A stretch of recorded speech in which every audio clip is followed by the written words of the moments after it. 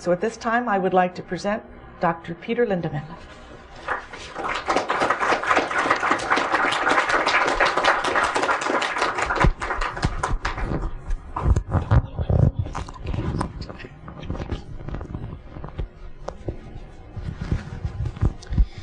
Thank you, Nola.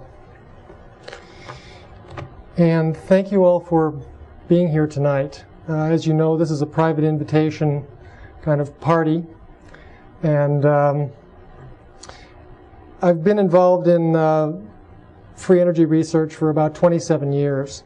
And we'll begin tonight where I started back in 1973.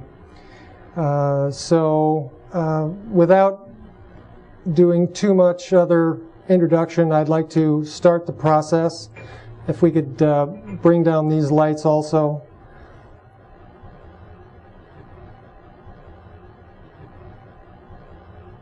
My life changed in the summer of 1973 when I first picked up the National Tattler.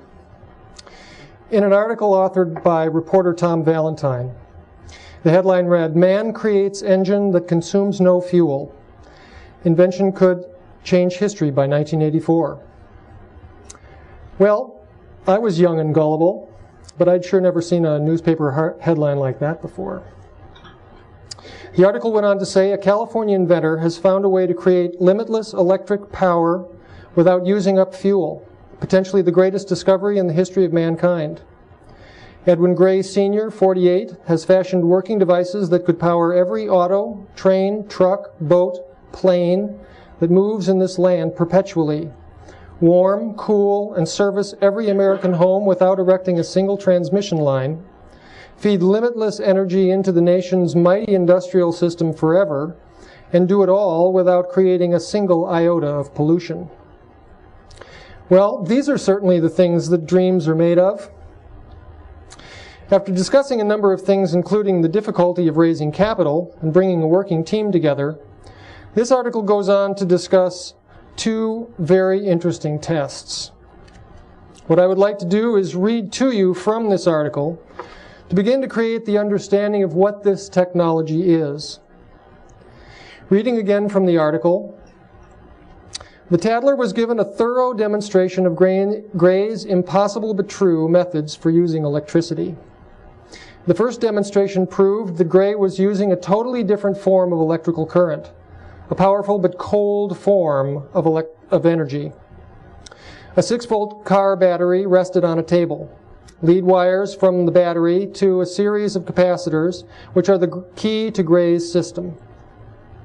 The complete system was wired to 2 electromagnets, each weighing 1.25 pounds. Now, if you tried to charge these magnets with juice from that battery and make them do what I'm going to make them do, you would drain that battery in 30 minutes and the magnets would get extremely hot, Gray explained. I want you to watch what happens. As Fritz Lenz activated the battery, a voltmeter gradually rose to 3,000 volts. At that point, Gray closed a switch and there was a loud popping sound. The top magnet hurled into the air with tremendous force and was caught by Richard Hackenberger. As you can see right here, this is the magnet after it's been popped up. A terrific jolt of electricity had propelled the top magnet more than 2 feet into the air, but the magnet remained cold. The amazing thing, Hackenberger said, is that only 1% of the energy was used and 99% went back into the battery. The battery can last for a long time because most of the energy returns to it. The secret to this is in the capacitors and in being able to split the positive. When Gray said split the positive, the faces of 2 knowledgeable physicists skewed up in bewilderment. Normally, electricity consists of positive and negative particles, but Gray's system is capable of using one or the other separately and effectively.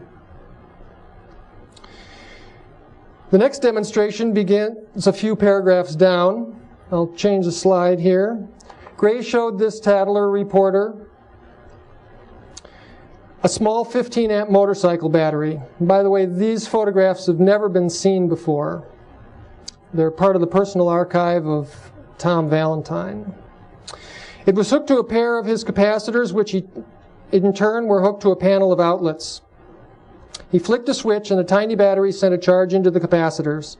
Then he plugged in 6 15-watt electric light bulbs on individual cords. Unfortunately, the light bulbs are off the screen there, but you can see the cords and the plugs.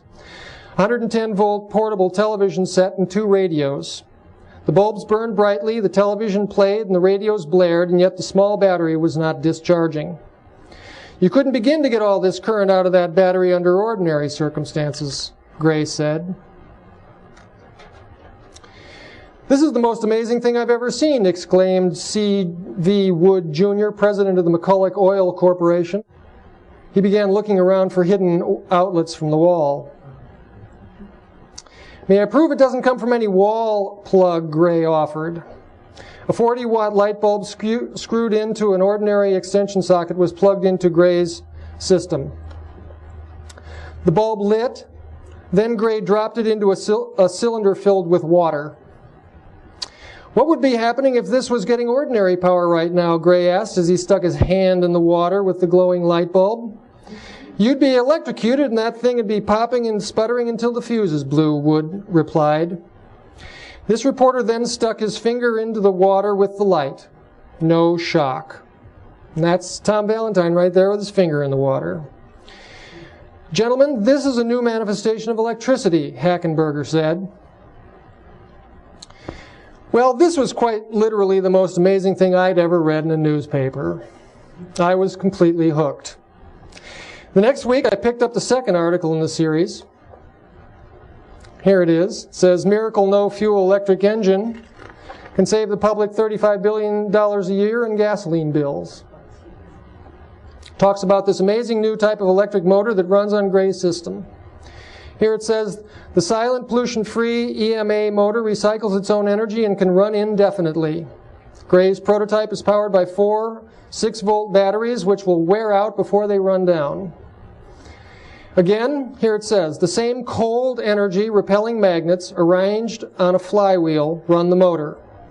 Hackenberger, an electronics specialist, explained, "A series of high-voltage energy spikes are developed in our circuitry. These energy units are transferred to a control unit, which acts much like a distributor in the internal combustion engine. Every time a magnet is charged, most of the energy is recycled back to the batteries without losing power." These 2 articles, which I ran into when I was 22 years old, completely captivated my imagination.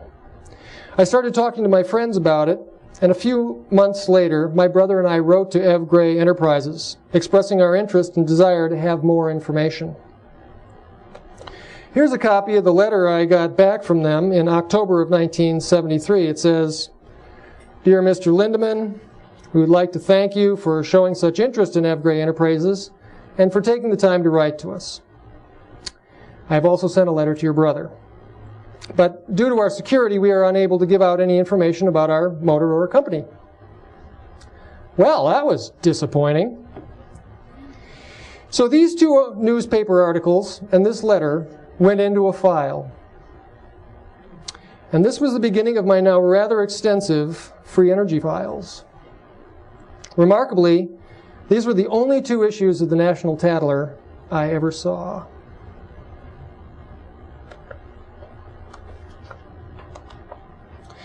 At about that same time, another article came out in a magazine called Probe the Unknown, authored by Jack Scagnetti, called Engine That Runs Itself. And again, it contains very similar kinds of information as the articles by Tom Valentine. In one section, it says, "Gray describes the operation of his EMA motor as similar to recreating lightning." And again, here it says, "Richard Hackenberger, Vice President in Engineering of Ev Gray, explains how the EMA motor system operates. Power from the high voltage section is put through a system of electrical circuitry to produce a series of high voltage energy spikes. The spikes are transferred to a control unit, which in turn operates the motor unit. While this occurs, The recycle regeneration system is recharging the battery with 60 to 100 amp pulses. Now that's impressive.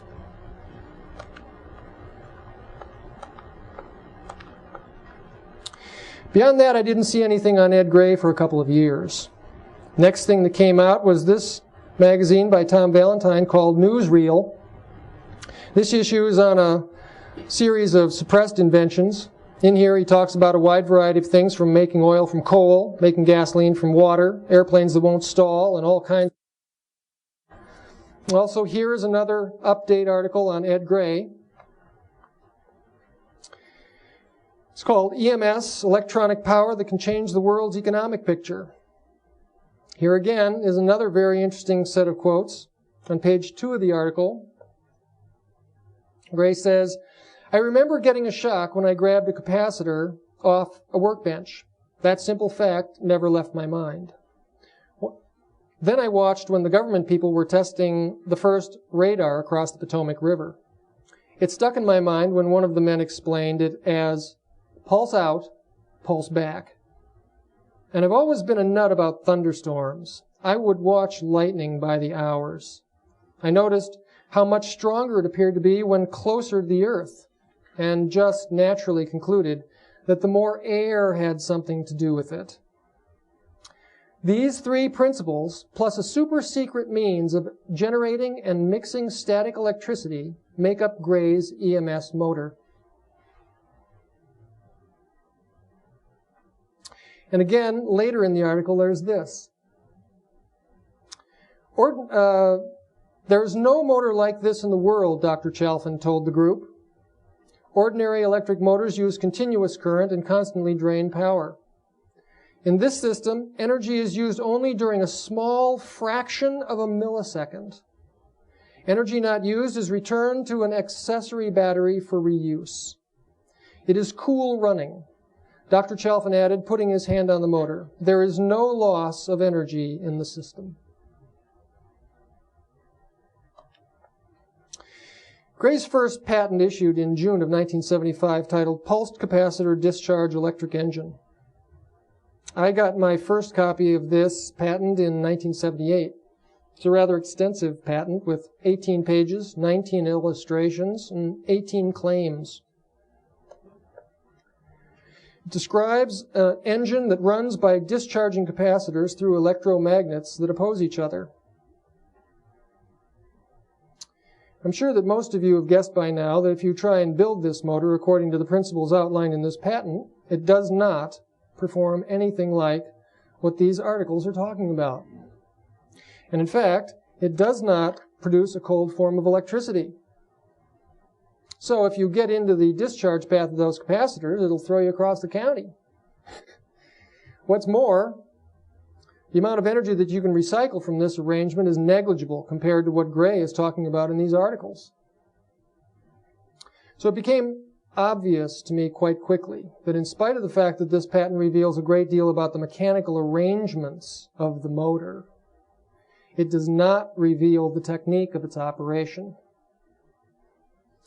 I was always more interested in the solid-state circuit anyway.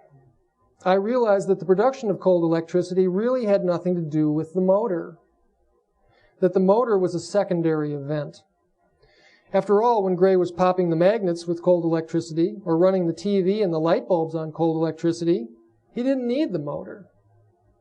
So it always stuck in the back of my mind that I wanted to understand the solid-state circuit. That was what was important to me. So by the late 70s, I had pretty much exhausted all the information that was available. By the late 1980s, I heard a few rumors that suggested that Gray had been working with the military. But all I knew was essentially that he'd just disappeared. No more news articles or anything else ever appeared about him. Time continued to pass, and by the mid-1990s, another research associate of mine told me that he had heard that Gray had been issued other patents. Now, this was completely intriguing to me, and I knew at some point I needed to get a hold of these documents. But he didn't have them, and he didn't know what the numbers were, and unfortunately, that also turned out to be a dead end in my research. Finally, last summer, in June of 1999, I was on the IBM intellectual property site on the internet, and I noticed that they had just recently updated their search engines within the patent database. For those of you who are not familiar with this database, they have every U.S. patent from 1971 forward online. It was now possible to restrict the search to just the inventor line. And of course, if you plug the word gray into a search and look at every word in every patent from 1971, you get so many hits you can't go through it. But when you could plug in just gray, Edwin into the inventor line in this newly updated search engine, I thought, well, I'll just see what happens. 30 seconds later, the numbers of the two other patents that had issued to Ed Gray came on my screen. I was ecstatic. Here's the first one. Issued in June of 1986, called Efficient Power Supply Suitable for Inductive Loads. This is by far and away one of the most astonishing and important circuits that I had ever seen. Understanding this patent will be the primary focus of the talk this evening. The other patent that issued came approximately 10 months later, in April of 1987. It is called Efficient Electrical Conversion Switching Tube, Suitable for Inductive Loads. These two patents are very closely linked and are almost identical. One of them talks about the circuit that drives this switching tube, and the other one talks about the switching tube itself. About 5/6 of the wording in both of these patents are identical, word for word, paragraph after paragraph. So here is the circuit diagram for the first one. Now we can finally see what Gray was really doing. I had searched 26 years for this diagram. I felt sure that it was the basis of his cold electricity circuits. But Gray was still holding his cards quite close to his chest. Even though the diagram is sitting here, it is not clear how these components behave or what they do or why. The more I studied the text, which is relatively short compared to the motor patent, the more I realized I was looking at something that was really quite foreign to me. Intuitively, I felt I had all the pieces, but I still didn't know how the pieces went together or what the picture looked like. Why was this circuit able to create free energy? There were still far too many unknowns. I was heartened, though, by many of the things that are stated in the patent. Here's one small section. Quote, "There is disclosed herein an electrical driving system which, on theory, will convert low-voltage electrical energy from a source, such as an electric storage battery, to a high-potential, high-current energy pulse that is capable of delivering a work force at the inductive output of the device that is more efficient than that which is capable of being developed directly from the energy source." Now that statement may sound a bit obscure, but actually it's a pretty sneaky way of saying free energy. And again down here, it says, "This system accomplishes the results stated above by harnessing the electrostatic or impulse energy created by a high-intensity spark generated within a specially constructed electrical conversion switching element tube. This element utilizes a low-voltage anode, a high-voltage anode, and one or more electrostatic or charge-receiving grids. These grids are of a physical size and appropriately positioned as to be compatible with the size of the tube, and therefore directly related to the amount of energy to be anticipated when the device is operating."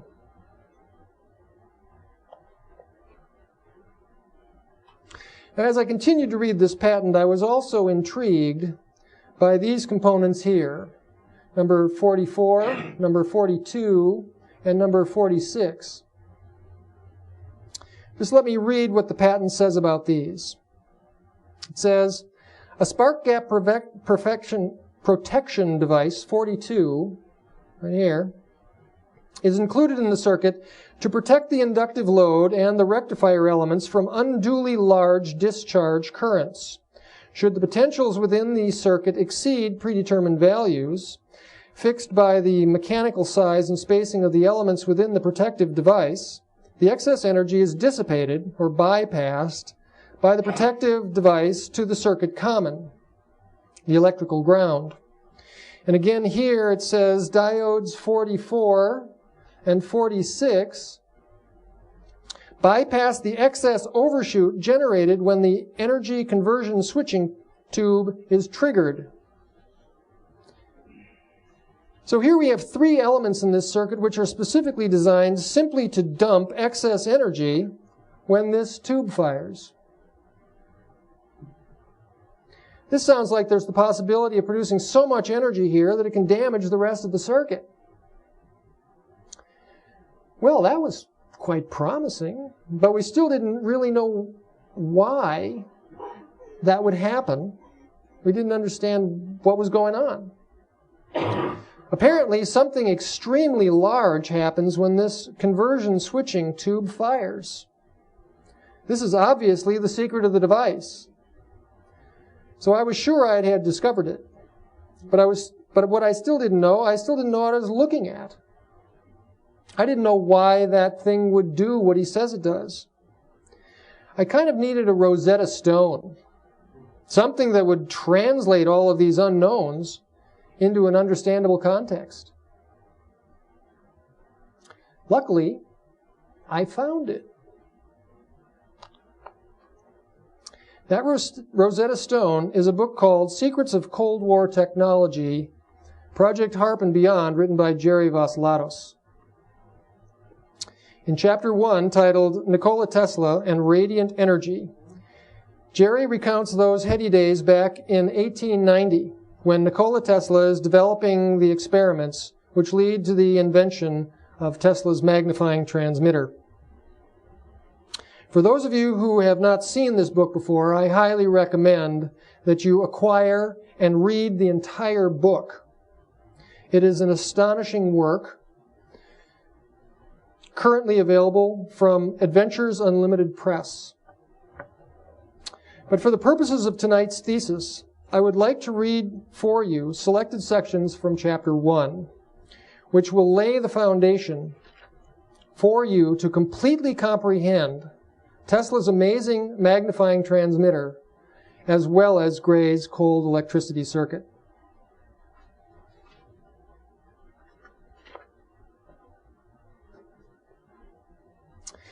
My recital begins on page 25 of Secrets of Cold War Technology by Jerry Vassilatos.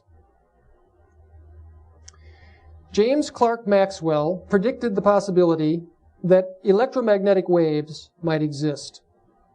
In theoretical discussions designed to more thoroughly explain his mathematical descriptions, Maxwell asked his readers to consider two different kinds of electrical disturbance possibly existing in nature.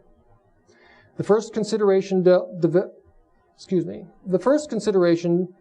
with longitudinal electric waves, a phenomena which required alternating concentrations of electrostatic field lines. This densified and rarefied pulsation of electrostatic fields necessarily demanded a unidirectional field, one whose vector was fixed in a single direction.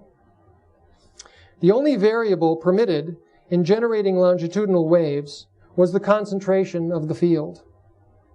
Subsequent propagation along the electrostatic field lines would produce pulsating thrusts of charge, pulsations moving in a single direction. These electrical sound waves were rejected by Maxwell, who concluded that such a condition was impossible to achieve. His second consideration dealt with the existence of transverse electromagnetic waves. These required the rapid alternation of electrical fields along a fixed axis. Space-spreading electrical lines would supposedly bend to and fro under their own momentum, while radiating away at the speed of light from the alternating source.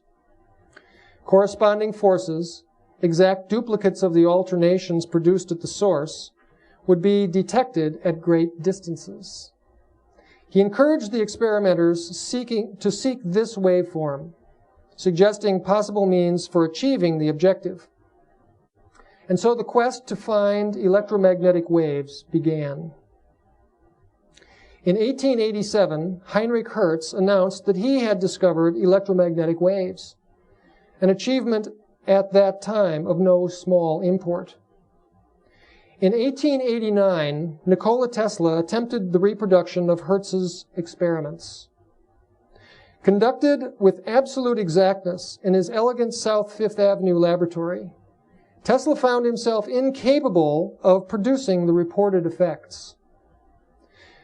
No means, however applied, would produce the effects which Hertz claimed. Tesla began experimenting with abrupt and powerful electric discharges, using capacitors charged to very high potentials. He found it possible to explode thin wires with these abrupt discharges. Dimly perceiving something of importance in these experiments, Tesla abandoned these experiments, all the while pondering the mystery and suspecting that Hertz had somehow mistakenly associated electrostatic inductions or electrified shock waves in air for true electromagnetic waves. In fact, Tesla visited Hertz and personally proved these refined observations to Hertz, who, being convinced that Tesla was correct, was about to withdraw his thesis. Hertz was truly disappointed, and Tesla greatly regretted having to go to such great lengths with such an esteemed academician in order to prove his point. But while endeavoring toward his own means for identifying electrical waves, Tesla was blessed with an accidental observation which forever changed the course of his experimental investigations. In his own attempts to achieve where he felt Hertz had failed, Tesla developed a powerful method by which he hoped to generate and detect real electromagnetic waves. Part of this apparatus required the implementation of a very powerful capacitor bank. This capacitor battery, as he called it, was charged to a very high voltage and subsequently discharged through short copper bus bars. The explosive bursts thus obtained produced several phenomena which deeply impressed Tesla, far exceeding the power of any electrical display he had ever seen. These proved to hold an essential secret which he was determined to uncover. The abrupt sparks, which he termed disruptive discharges, were found capable of exploding wires into vapor. They propelled very sharp shock waves, which struck him with great force across the whole front of his body. They propelled very sharp shock waves, which struck with extreme force. Of this surprising physical effect, Tesla was exceedingly intrigued. Rather more like shotguns of extraordinary power than electrical sparks, Tesla was completely absorbed in this new study. These electrical impulses produced effects commonly associated only with lightning. The explosive effects reminded him of similar occurrences observed with high-voltage DC generators. A familiar experience among workers and engineers, the simple closing of a switch on a high-voltage dynamo often brought a stinging shock, the assumed result of a residual static charging. This hazardous condition only occurred with the sudden application of high-voltage DC. This crown of deadly static charge stood straight out from highly electrified conductors, often seeking ground paths which included workmen and switchboard operators. In long cables, this instantaneous charge effect produced a hedge of bluish needles, pointing straight away from the line into the surrounding space. The hazardous condition appeared briefly at the very instant of switch closure, The bluish, sparking crown vanished a few milliseconds later, along with the life of any unfortunate who happened to be so struck. After the brief effect passed, the systems behaved as designed.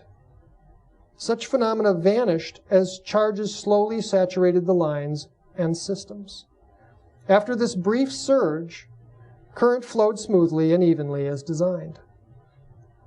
The effect was a nuisance in small systems, but in large regional power systems where voltages were excessive, it proved deadly. Men were killed by the effect, which spread its deadly electrostatic crown of sparks throughout the component systems. Though generators were rated at a few thousand volts, such mysterious surges represented hundreds of thousands, even millions of volts. The problem was eliminated through the use of highly insulated, heavily grounded relay switches. Former engineering studies considered only those features of power systems which accommodated the steady state supply and consumed power. It seemed as though larger systems required both surge and normal operative design considerations. Accommodating the dangerous initial supercharge was a new feature. This engineering study became the prime focus of power companies for years afterwards, safety devices and surge protectors being the subject of many patents and texts.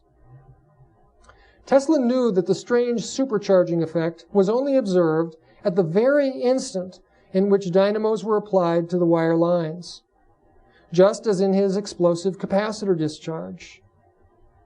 Though the two instances were completely different, they both produced the very same effects.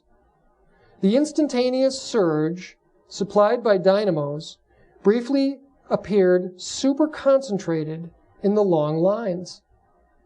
Tesla calculated that this electrostatic concentration was several orders of magnitude greater than any voltage which the dynamo could supply. The actual supply was somehow being amplified or transformed. But how? The general consensus among engineers was that this was an electrostatic choking effect. Many concluded that it to be a bunching action where powerfully applied force was unable to move charge quickly through a system. Mysterious, the combined resistance of such systems seemed to influence the charge carriers before they were able to move away from the dynamo terminals. Like slapping water with a rapid hand, the surface seemed solid. So it was with the electrical force, charges meeting up against a seemingly solid wall. But the effect lasted only as long as the impact. Until current carriers had actually caught up with the applied electrostatic field, the charges sprang from the line in all directions. A brief supercharging effect could be expected until charges were distributed, smoothly flowing through the whole line and system. The dynamo itself thus became the brief scene of a minor shock wave. He began wondering why it was possible for electrostatic fields to move more quickly than the actual charges themselves, a perplexing mystery. Was the field itself an entity which simply drove the more massive charges along? If this was true, then of what was the electrostatic field itself composed? Was it a field of smaller particles? The questions were wonderfully endless. Despite the wonderful ideas which this study stimulated, Tesla saw a practical application which had never occurred to him before. Consideration of the dynamo supercharging effect suggested a new experimental apparatus. It was one which could greatly outperform his capacitor battery in the search to find true electrical waves. A simple high-voltage DC generator provided this electrical field source. Tesla understood that the resistance of the lines, or components, viewed from the dynamo end, seemed to be an impossible barrier for charge carriers to penetrate. This barrier caused the bunching effect. Electrostatic charges were literally stopped and held for an instant by the line resistance. a barrier which only existed during the brief millisecond interval in which the power switch was closed. The sudden force application against this virtual barrier squeezed charge into a density impossible to obtain with ordinary capacitors. It was the brief application of power, the impact of charge against the resistance barrier, which brought it this abnormal electrodensified condition. This is why the conductive wires in his present experiment often exploded. The analogy to steam power and steam engines was unmistakable. Large steam engines had to be valved very carefully. This required the expertise of old and well-experienced operators who knew how to open up an engine without rupturing the vessels and causing a deadly explosion. Too suddenly valved, and even a large steam engine of very high capacity could explode. Steam also had to be admitted into a system gently until it began smoothly and gradually flowing into every orifice, conduit, and component. Here, too, was the mysterious choking effect, where a large capacity system seemed to behave like an uncommonly high resistance to any sudden and sustained application of force. The academic world of experimenters was yet fixated on his former discovery of high-frequency alternating currents. It seemed that Tesla alone now exclusively studied these impulse discharges. He was producing explosive impulses which had not been observed in laboratories. Every component was carefully insulated, himself implementing insulated rods and rubberized regalia to ensure complete safety. Tesla had observed electrostatic machines whose ability to charge insulated metals was potent, but this demonstration exceeded the mere charging of wires by the instantaneous switch closure. This effect produced springing charge, phenomena like no other before witnessed by Tesla for its sheer strength. Whatever the conditions observed in previous systems, he had now learned how to maximize the effect. Balancing voltage and resistance against capacity, Tesla learned to routinely produce supercharged states which no existing device could equal. Empirical observation had long taught that ordinary capacitor discharges were oscillating currents, spark currents which literally bounced back and forth between the capacitor plates until their stored energy was wasted away. The high voltage of the dynamo exerted such an intense unidirectional pressure on the densified charges that alternations were impossible. The only possible backrushes were oscillations. In this case, charges surged and stopped in a long series until the supercharge was wasted away. All parameters which forced such oscillations actually limited the supercharge from manifesting its total energetic supply, a condition which Tesla strove to eliminate. Indeed, he spent an excessive time developing various means to block every backrush and other complex current echo which might force the supercharge to prematurely waste its dense energy. Here was an effect demanding a single unidirectional superpulse. With both the oscillations and alternations eliminated, new and strange effects began making their appearance. These powerful and penetrating phenomena were never observed when working with high-frequency alternations. The sudden, quick closure of the switch now brought a penetrating shock wave throughout the laboratory, one which could be felt both as a sharp pressure and a penetrating electrical irritation, a sting. Face and hands were especially sensitive to the explosive shock waves, which also produced a curious stinging effect at close range. Tesla believed that material particles approaching the vapor state were literally thrust out of the wires in all directions. In order to better study these effects, he poised himself behind a glass shield and resumed the study. Despite the shield, both shock waves and stinging effects were felt by the now mystified Tesla.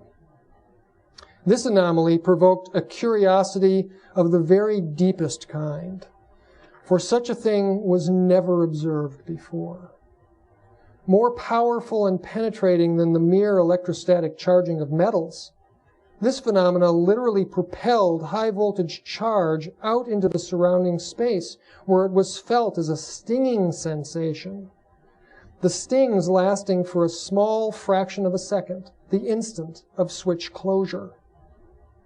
But Tesla believed that these strange effects were a simple effect of ionized shock waves in air, rather like a strong ionized thunderclap. Tesla devised a new series of experiments to measure the shock wave pressure from a greater distance. He required an automatic trip switch. With this properly arranged, a more controlled and repetitious triggering of the effect was possible. In addition, this arrangement permitted distant observations which might cast more light on the shield-penetrating phenomenon. Controlling the speed of the high-voltage dynamo controlled the voltage. With these components properly adjusted, Tesla was able to walk around his large gallery spaces and make observations.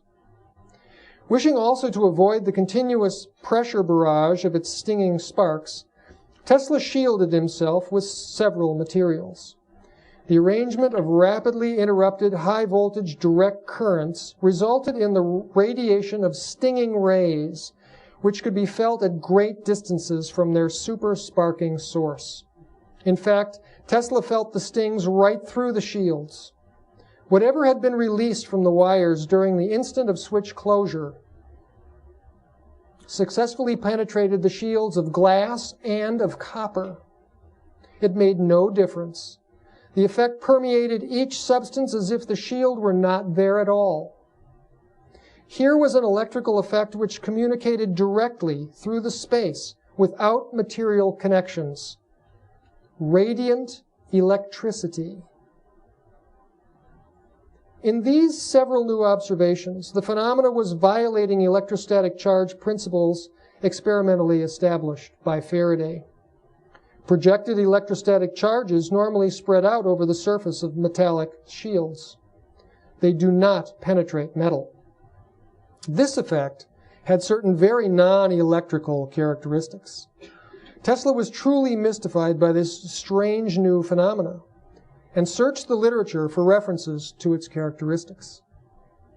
In one case, Joseph Henry observed the magnetization of steel needles by a heavy spark discharge.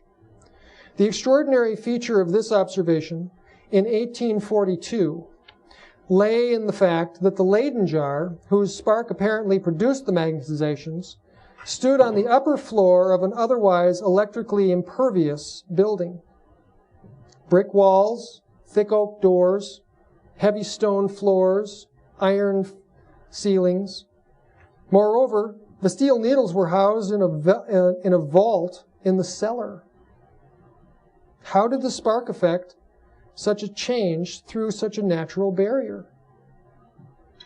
Dr. Henry believed that the spark had released special light-like rays, and that these were the penetrating agencies responsible for the magnetizations.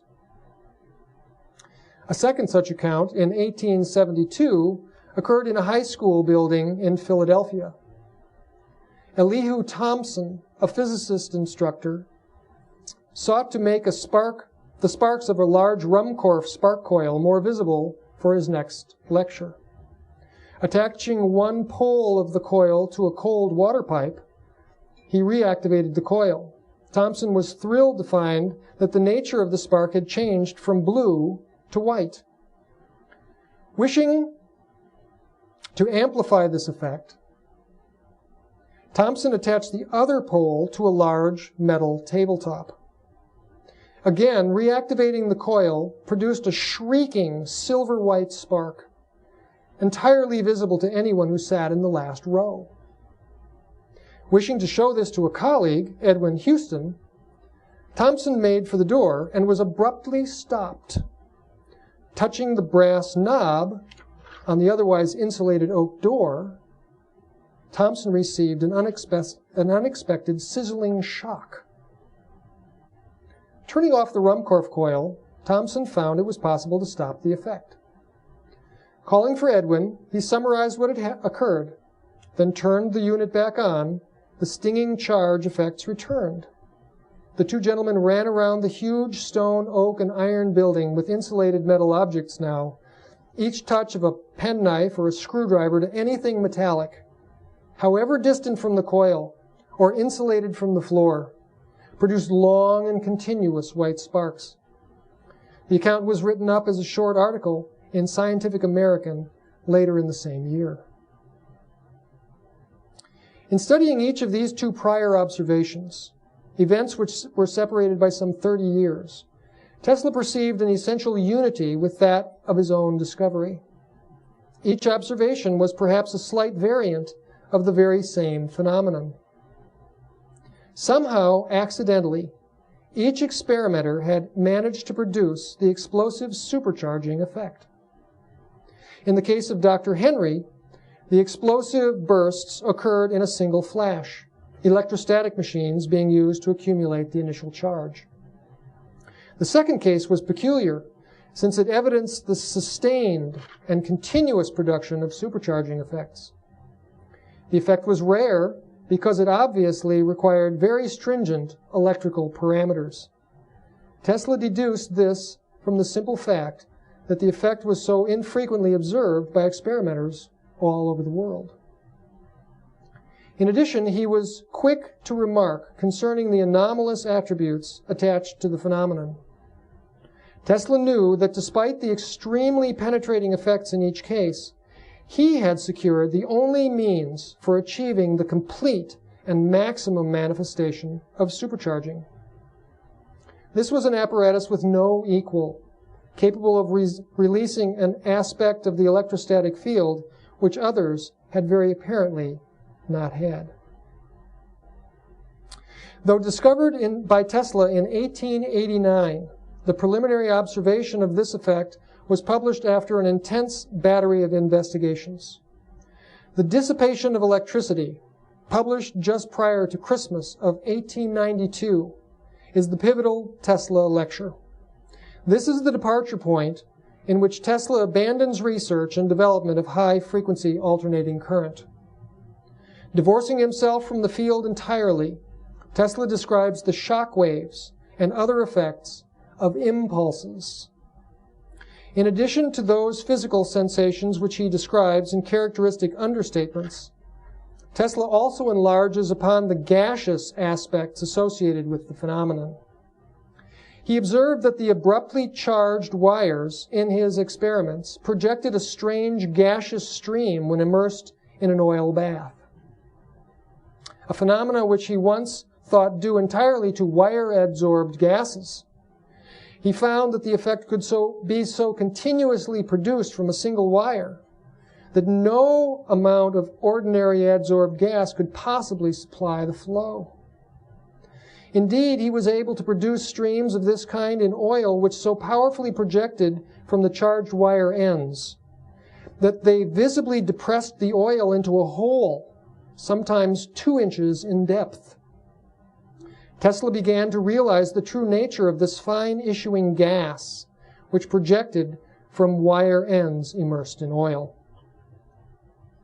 He now prepared an extensive series of tests in order to determine the true cause and nature of these shocking air pulses.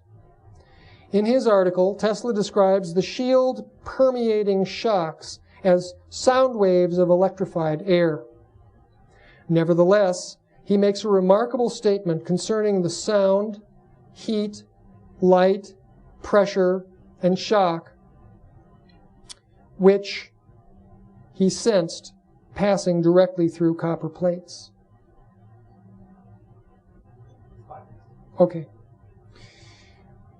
Collectively, they imply the presence of a medium of gaseous structure, that is, one consisting of independent carriers capable of free motion.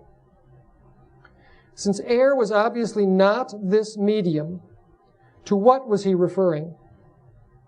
Further in the article, he clearly states that besides the air, another medium is present.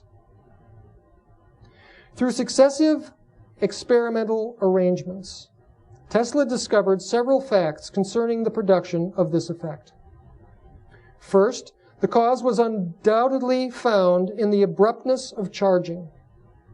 It was in the switch closure, the very instant of closure and break, which thrust the effect out into space. The effect, second, found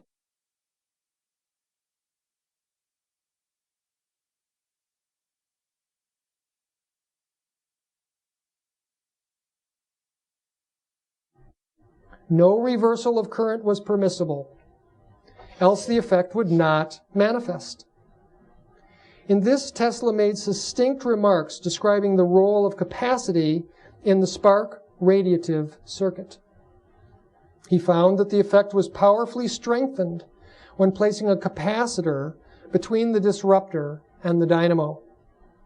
While providing a tremendous power to the effect, the dielectric of the capacitor also served to protect the dynamo windings.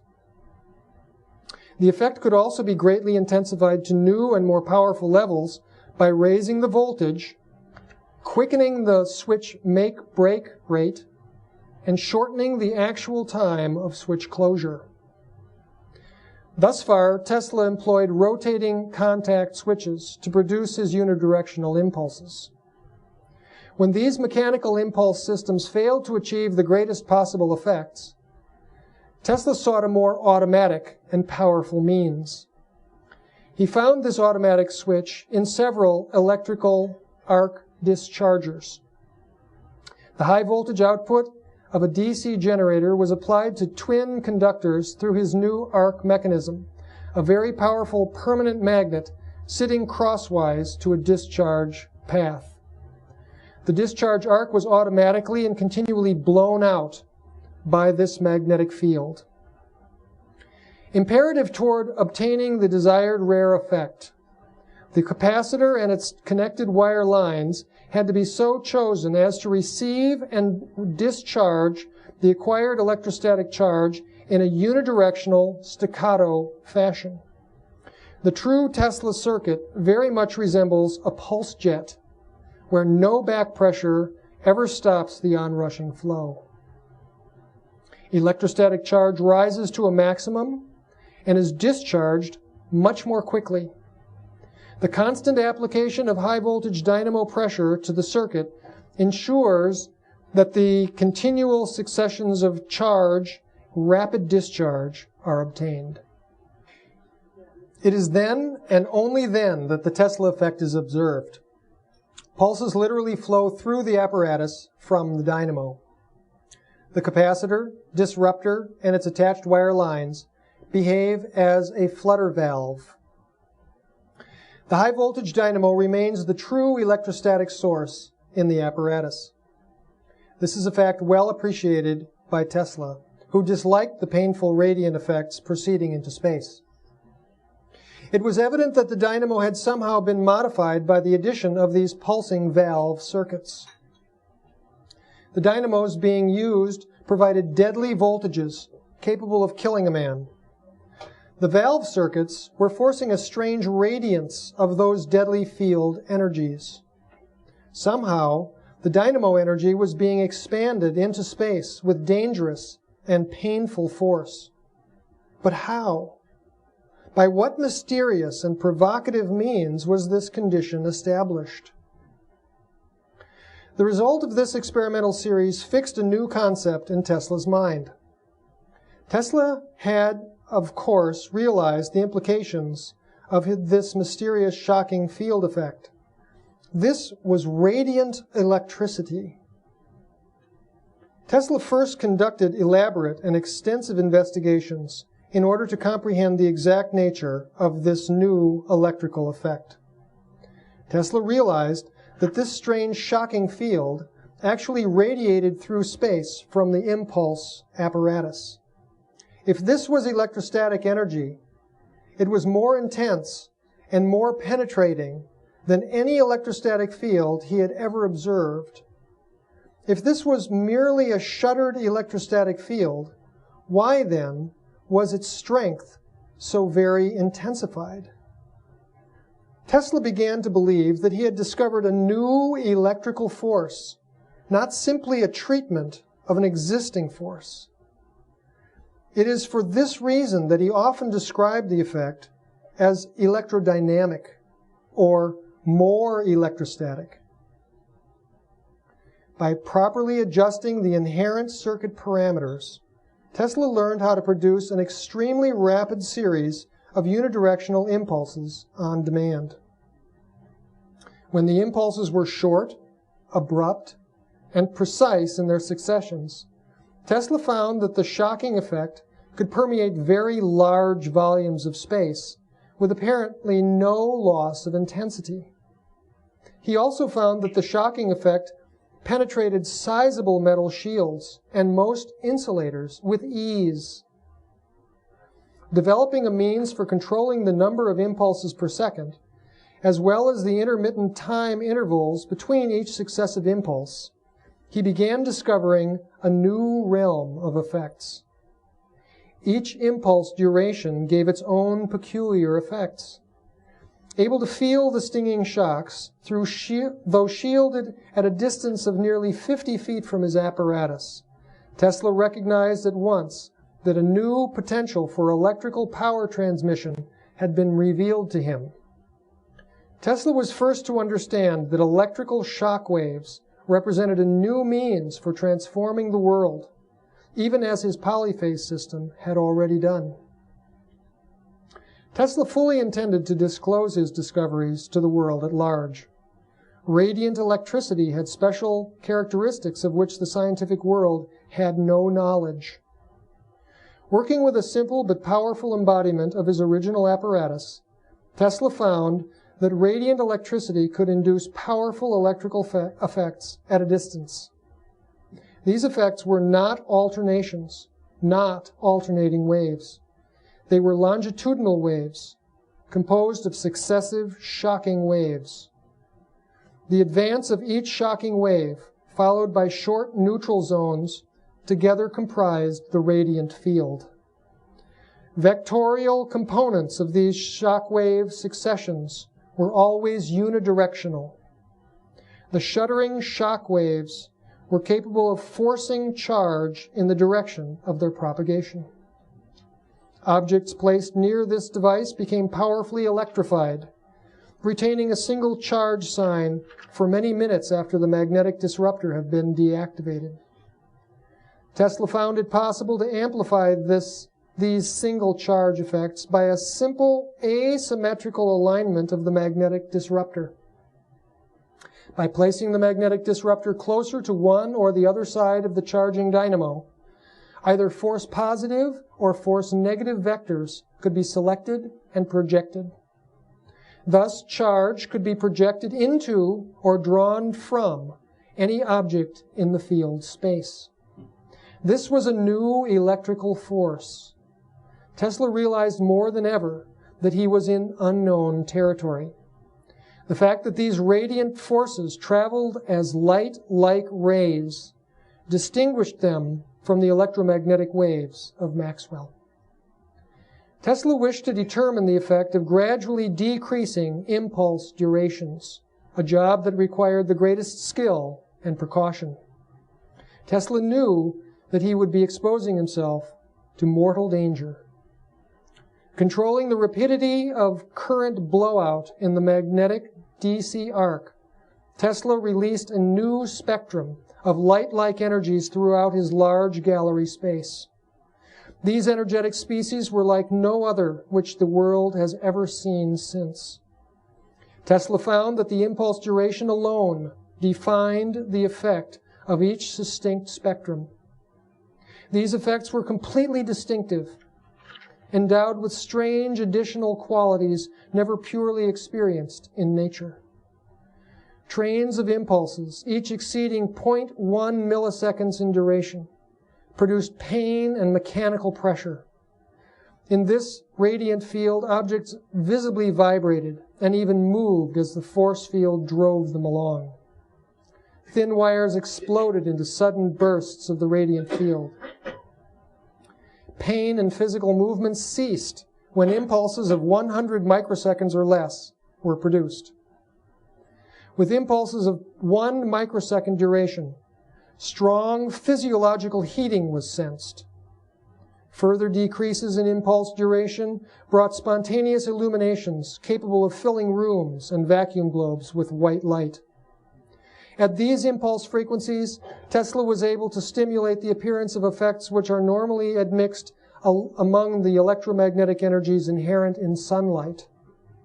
Shorter impulses produced cool, room-penetrating breezes with an accompanying uplift in mood and awareness. There were no limits in this progression towards impulses of diminished duration. None of these impulse energies could be duplicated through the use of high-frequency harmonic alternations. Few could produce these effects because so few understood the absolute necessity of observing those parameters set by Tesla. These facts have been elucidated by Eric Dollard, who also successfully obtained the strange and distinct effects claimed by Tesla. By 1890, after a period of intense experimentation and design development, Tesla summarized the components necessary for the practical deployment of a radiant electrical power distribution system. Tesla had already discovered the wonderful fact that impulse durations of 100 microseconds or less could not be sensed and would do no physical harm. He planned to use these in his power broadcasts. Furthermore, shocking waves of 100 microsecond duration passed through all matter, a fitting form of electrical energy to broadcast through a power-hungry city. Tesla made a most startling discovery the same year, when he placed a long, single-turn copper helix near his magnetic disruptor. The coil, some 2 feet in length, did not behave as did solid copper pipes and other objects. The thin-walled coil became ensheathed in an envelope of white sparks. Undulating from the crown of this coil were very long and fluidic silver-white streamers, soft discharges which appeared to have been considerably raised in voltage. These effects were greatly intensified when the helical coil was placed within the disruptor wire circle. Inside this shock zone, the helical coil was surrounded in a blast which hugged onto its surface and rode up the coil up to its upper end.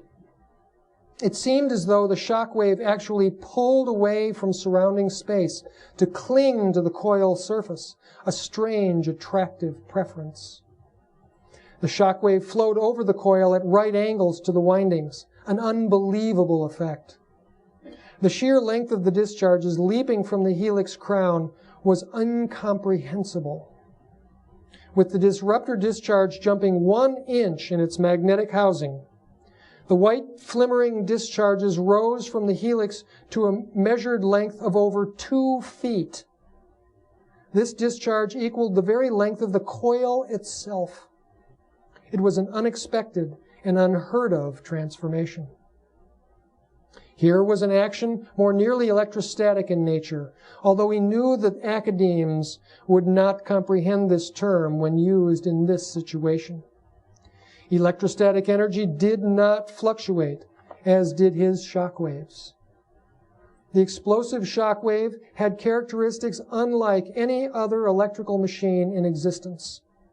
Yet Tesla stated that the shock wave, during the brief instant in which it made its explosive appearance, more nearly resembled an electrostatic field than any other known electrical manifestation. Just as in electrostatic friction machines, where current and magnetism are negligible, a very energetic field component fills space in radiating lines. This dielectric field normally launches through space in a slow growth as charges are gathered. Here was a case where a DC generator provided the high voltage. This voltage charged an insulated hoop of copper, growing to its maximum value. If all values in the circuit were properly balanced, in the manner prescribed by Tesla, a sudden charge collapse would then occur. This collapse was necessarily very much shorter than the interval required to charge the loop. The collapse comes when the magnetic disruptor extinguishes the arc. If the circuit is properly structured, no backrush alternations ever occur. This unidirectional succession of charge-discharge impulses causes a very strange field to expand outward, one which vaguely resembles a shuddering or staccato electrostatic field. But these terms did not satisfactorily describe the conditions actually measured around the apparatus, a powerful radiant effect exceeding all expectable electrostatic values. Actual calculation of these discharge ratios proved impossible. Implementing the standard magneto-inductive transformer rule, Tesla was unable to account for the enormous voltage multiplication effects. Conventional relationships failing, Tesla hypothesized that the effect was due entirely to radiant transformation rules, obviously requiring empirical determination. Subsequent measurements of discharge lengths and helix attributes provided the necessary new mathematical relationships. He had discovered a new induction law, one where radiant shock waves actually auto-intensified when encountering segmented objects. The segmentation was the key to releasing the action. Radiant shock waves encountered a helix and flashed over the outer skin from end to end. This shock wave did not pass through the windings of the coil at all, treating the coil surface as an aerodynamic plane. A consistent increase in electrical pressure was measured along the coil surface. Indeed, Tesla stated that voltages could often be increased at an amazing 10,000 volts per inch of axial coil surface.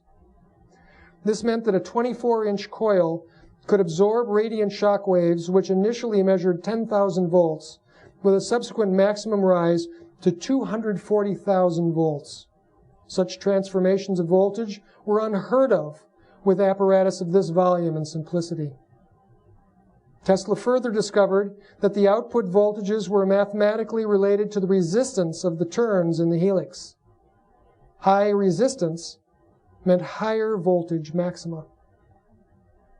He began referring to his disruptor line as his special primary, and to the helical coil placed within the shock zone as his special secondary. But he never intended anyone to equate these terms with those referring to magnetoelectric transformers. This discovery was indeed completely different from magnetoinduction. There was a real and measurable reason why he could make this outlandish statement. There was an attribute which completely baffled Tesla for a time.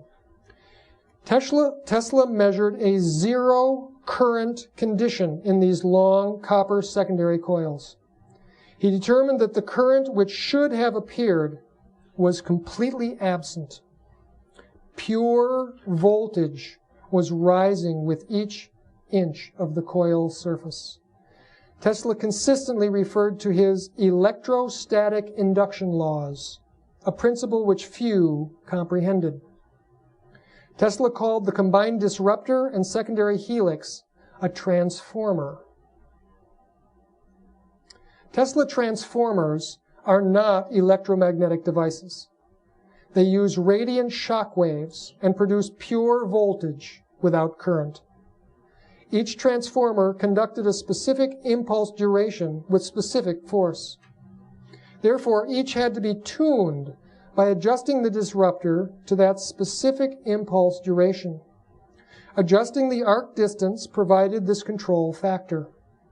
Once each transformer was tuned to its own special response rate, impulses could flow smoothly through the system, like gas flowing through a pipe.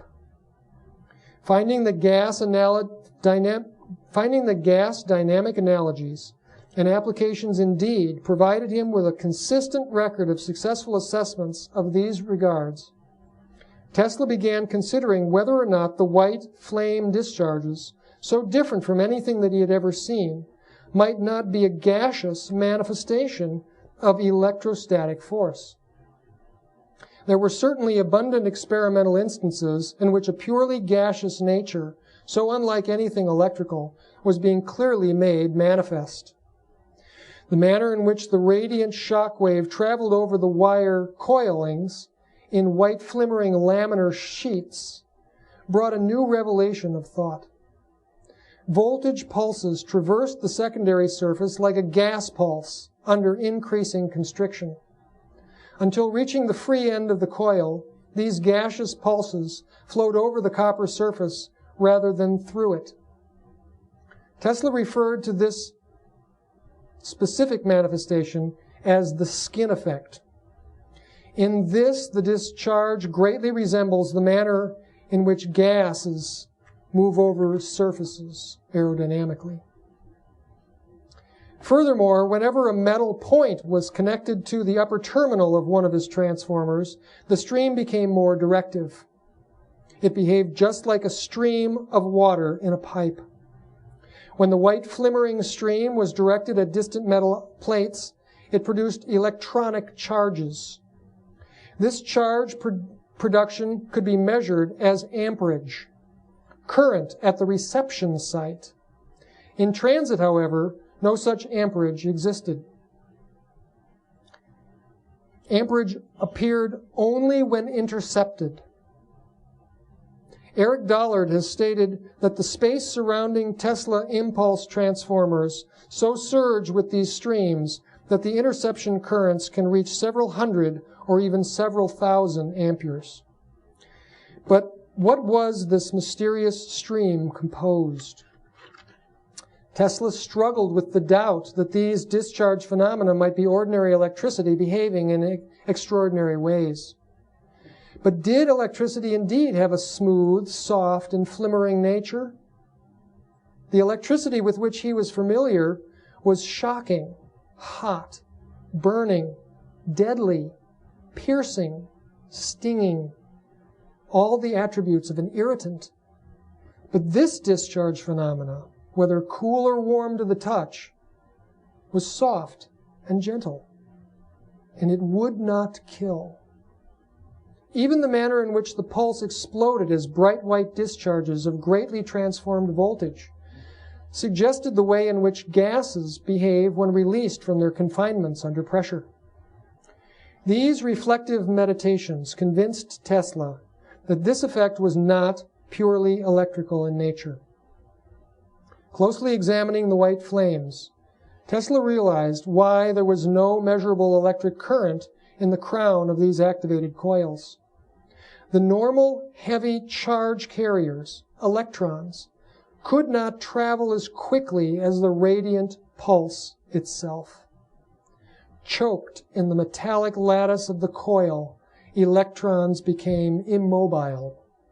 The radiant pulse which moved over the coil's surface was therefore not electronic in nature. Additionally, Tesla discovered an amazing phenomena which removed all doubt concerning the true nature of the energetic carriers at work in his apparatus. Tesla arranged a very heavy U-shaped copper bus bar connecting both legs directly to his disruptor primary. Across the legs of this U-shaped bus bar were placed several incandescent lamps. The arrangement was a very evident short circuit. The lamps were illuminated to a bright, cold, white light while being shorted by a heavy copper shunt. Uncharacteristic of particulate current electricity, the bright but cold lamps revealed that another energetic current was indeed flowing through the short circuits. Those who observed this experiment did not expect it to perform any function save the incineration of the disruptor circuit and possibly of the dynamo itself. Instead of this, witnesses beheld a marvel. The lamps lit to an uncommon brightness. In this simple demonstration, Tesla was illustrating but one of his many evidences. Electronic charges would prefer the least resistant circuit, rejecting the incandescent bulbs for the copper path. The circuit in this situation chose to conform to a contradictory principle. Perhaps this was true because the current were not electrical. Tesla repeatedly used this demonstration to evidence the fractionation of currents electronic from currents neutral. A single question remained, the answer to which would provide him with the essential information needed to create a new technology. What so separated or fractioned the diverse mobile carriers in his transformer? It was the geometric configuration of the coil, which inadvertently separated each component. Electrons were blocked from flowing through the wire length, while the radiant pulse was released over the coil's surface as a gaseous pulse. Electrons could not drift through the wire, but during each impulse period, they were blocked by the line resistance. Thus, the gaseous mobile carriers were released to flow outside the wire, a pulse which traveled along the outer coil surface from end to end. Here then was evidence that electrical discharges were indeed composed of several simultaneous mobile species. Tesla now comprehended why his first high-frequency alternating currents never evidenced these powerful actions. It was the abruptness, the violence of the impulsive discharge which gave free mobility to this unsuspected gaseous component. Impulses, unidirectional impulses, were the only means by which these potentials could be unlocked. Alternations were absolutely useless in this regard. Moreover, because alternations could not unleash the secondary gas dynamic component, it remained an unusable and pitifully weak means. Tesla forever viewed his high-frequency alternating devices as failed projects.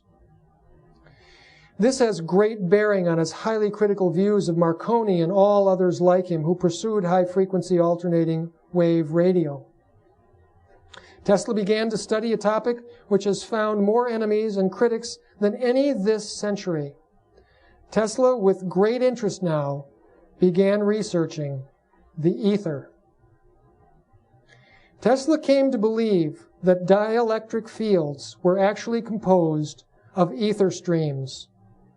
Theoretically, then, one could derive limitless energy by trapping and conducting a naturally occurring dielectric field line. The problem was that no ordinarily accessible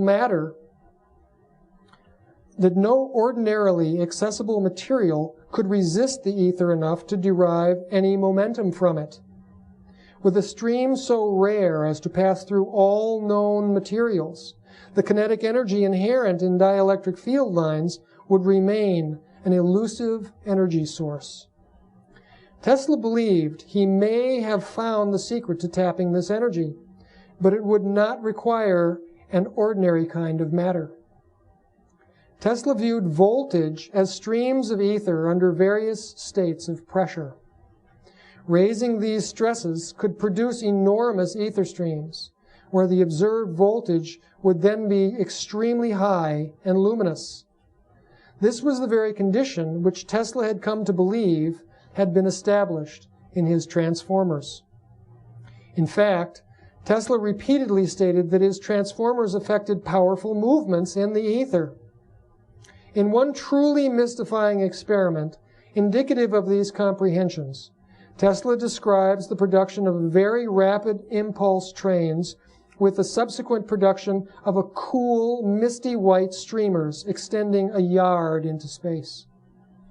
These were cool to the touch and harmless. If electrical in nature, they would necessarily have been several million volts in potential. Their harmlessness is coupled with their sinuous nature, one completely unlike electrical currents. Indeed, to understand Tesla technology, one must eliminate the notion that electrons are the working fluid in his radiant electric systems. With the lower coil end connected directly to the dynamo, high voltage ether streams were projected from the upper terminal. When describing each of his relevant patents in this new technology, Tesla forever spoke of light-like rays and the natural medium. The first term refers to the tightly constricted ether streams, which are propelled from his transformers along infinitesimal ray lines, and the latter refers to the all-pervading ether atmosphere in which his technology operated. It is impossible to comprehend Teslean technology apart from the controversial topic concerning the ether. Many analysts will reject the concept without first seeking out and discovering the proofs which have been established by experimenters such as Eric Dollard. Tesla addressed the notion that ether streams were being pulled through his transformers, drawn in at higher natural pressure, and accelerated to a sharp electrical discharge. As electrical systems, Tesla apparatus cannot completely be understood or explained. One must view Teslean technology as an ether gas technology, one capable of being explained only through gas dynamic analogies. It was now easy to understand how such projected rays, ether gas streams under high pressure, could penetrate metals and insulators alike. These powerful rays often could penetrate certain materials with inexplicable efficiency. Electricity did not perform these wonders. Tesla also now understood why these discharge streams produced their smoothly hissing sounds, visibly appearing like gas jets under high pressure. Ether gas under pressure. Tesla was completely mystified. He had successfully released the mystery current, normally suppressed and bound in electronic charge carriers. Unidirectional, impulsive discharges of high voltage and abrupt durations released them. What other potentials would ether gas technology release? The original cylindrical coils were quickly replaced with cone-shaped coils. With these bizarre geometries, Tesla was able to focus the gas dynamic component, which now rose up like a jet of hissing white light from the coil tip. Tesla recognized that these discharges, white, spectacular, and awe-inspiring, actually represented lost power. A power broadcast station had to evenly disperse the energetic radiance in all directions. Flame-like discharges caused the available power to undulate in space. This would produce unpredictable power drops at long distances. Consumers would not receive a reliable and consistent stream of energy. If his power transformer was to operate with highest broadcast efficiency, these flame-like discharges necessarily had to be suppressed. But suppressing these excessive ether jets proved problematic. Tesla found that the white flimmering streams were absorbed in large capacity volumes, masses in which the streams were absorbed, filtered, and expelled. The use of copper spheres atop his transformers forced the streams sufficiently apart to suppress the white flame. Power was now evenly dispersed throughout space as required. But a new problem appeared. The copper spheres, being impacted by the high voltage streams, which were composed now of where the forces were now conduct, expelled electronic components. These appeared along with the radiance, producing truly dangerous conditions. The problem was stimulated by conduction, a case where the spherical copper ball was impacted by ether throughout its volume. The white flimmering streams permeated the copper and expelled electrons. These contaminants concentrated their escape from the system as harmful blue stinging dartlets. By comparison, the white flame discharge was smooth and harmless glow. Comparing the two species, Tesla recognized the difference in charge carriers. Tesla was once nearly killed when one such dartlet jumped 3 feet through the air and struck him directly over the heart. The copper spheres had to be removed and replaced by another dispersion component. Metals were apparently of no utility in this case, being natural reservoirs of electrons. Tesla eventually suggested that metals manufactured electrons when impacted with these special flame-white currents, the carriers in the white flames becoming concentrated within the metallic lattice. He had already observed how the very air near the transformers could be rendered strangely self-luminous. This was a light like no high-frequency coil ever could produce, a corona of white brilliance which expanded to ever larger diameters. The light from Tesla transformers continually expands. Tesla described the glowing column of light which surrounds any elevated line which is connected to one of his transformers. Unlike common high-frequency alternations, Tesla radiant energy effects grow in time.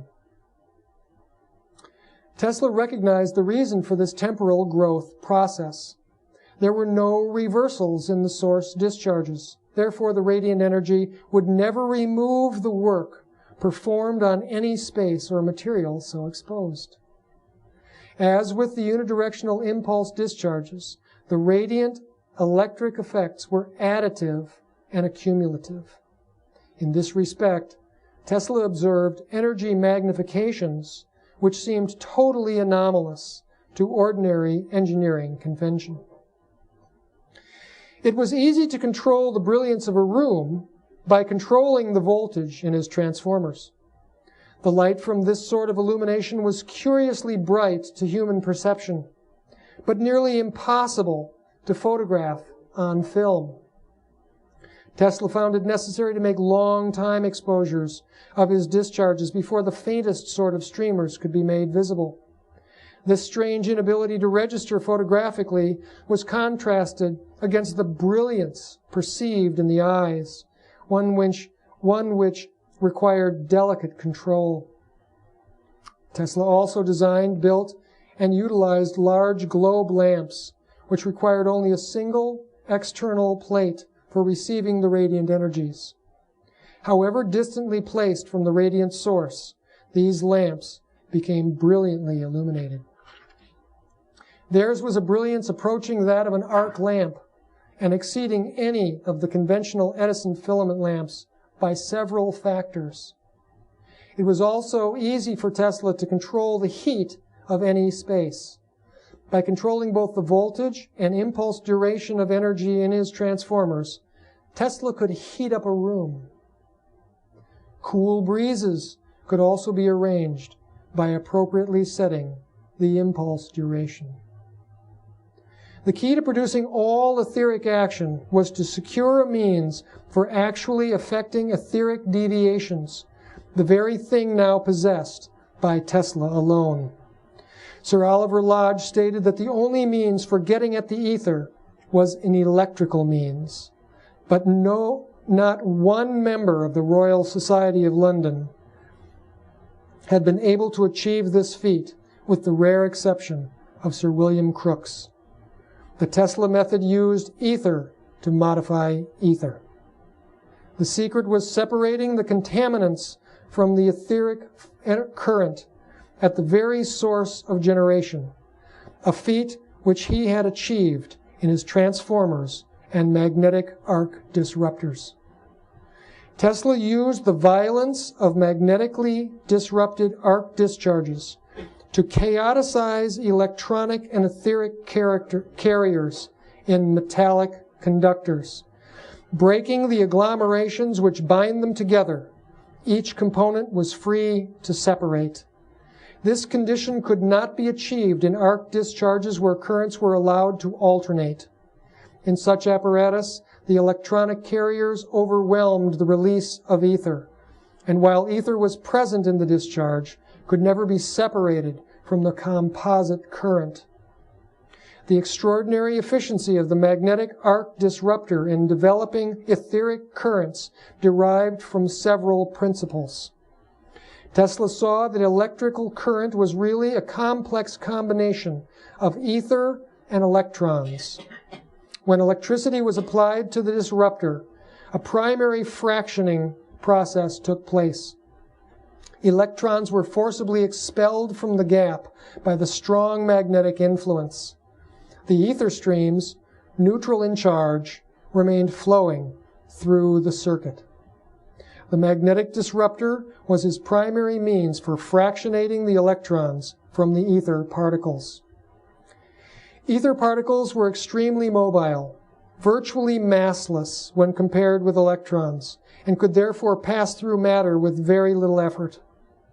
Electrons could not keep up with either the velocity or the permeability of etheric particles. According to this view, ether particles were infinitesimals, very much smaller than electrons themselves. The etheric carriers contained momentum. Their extreme velocity matched their nearly massless nature, the product of both becoming a sizable quantity. They moved with superluminal velocity, a result of their incompressible and massless nature. Whenever a directed radiant matter impulse begins from some point in space, an incompressible movement occurs instantaneously through space to all points along that path. Such movement occurs as a solid ray, an action defying modern considerations of signal retardations in space.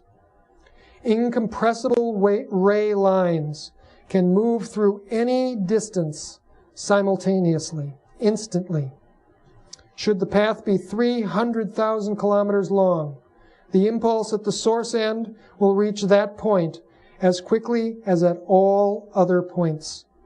This is superluminal velocity, instantaneous propagation.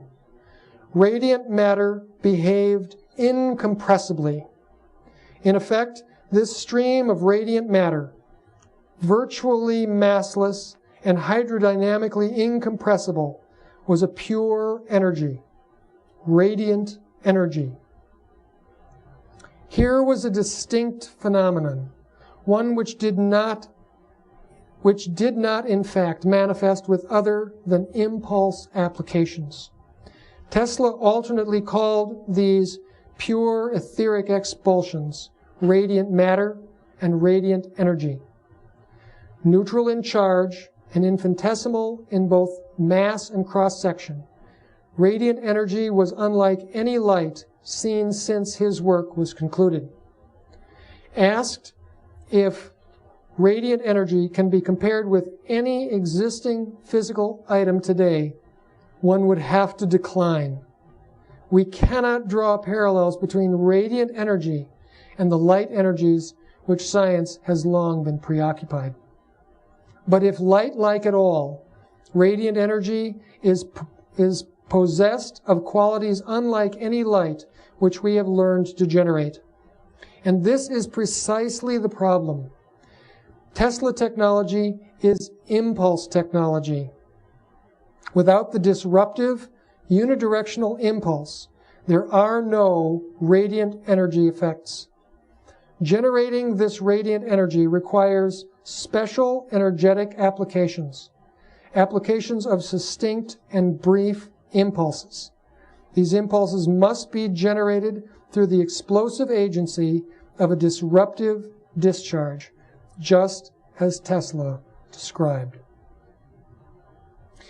This concludes that portion of the book, Secrets of Cold War Technology by Jerry Vassilatos, which I care to enter into our discussion this evening. In spite of the length of this recital, I have actually edited out a number of concurrent themes to focus strictly on the material that I thought immediately relevant to tonight's thesis. Anyone interested in advanced electrical science or even accurate scientific history should read and study this volume.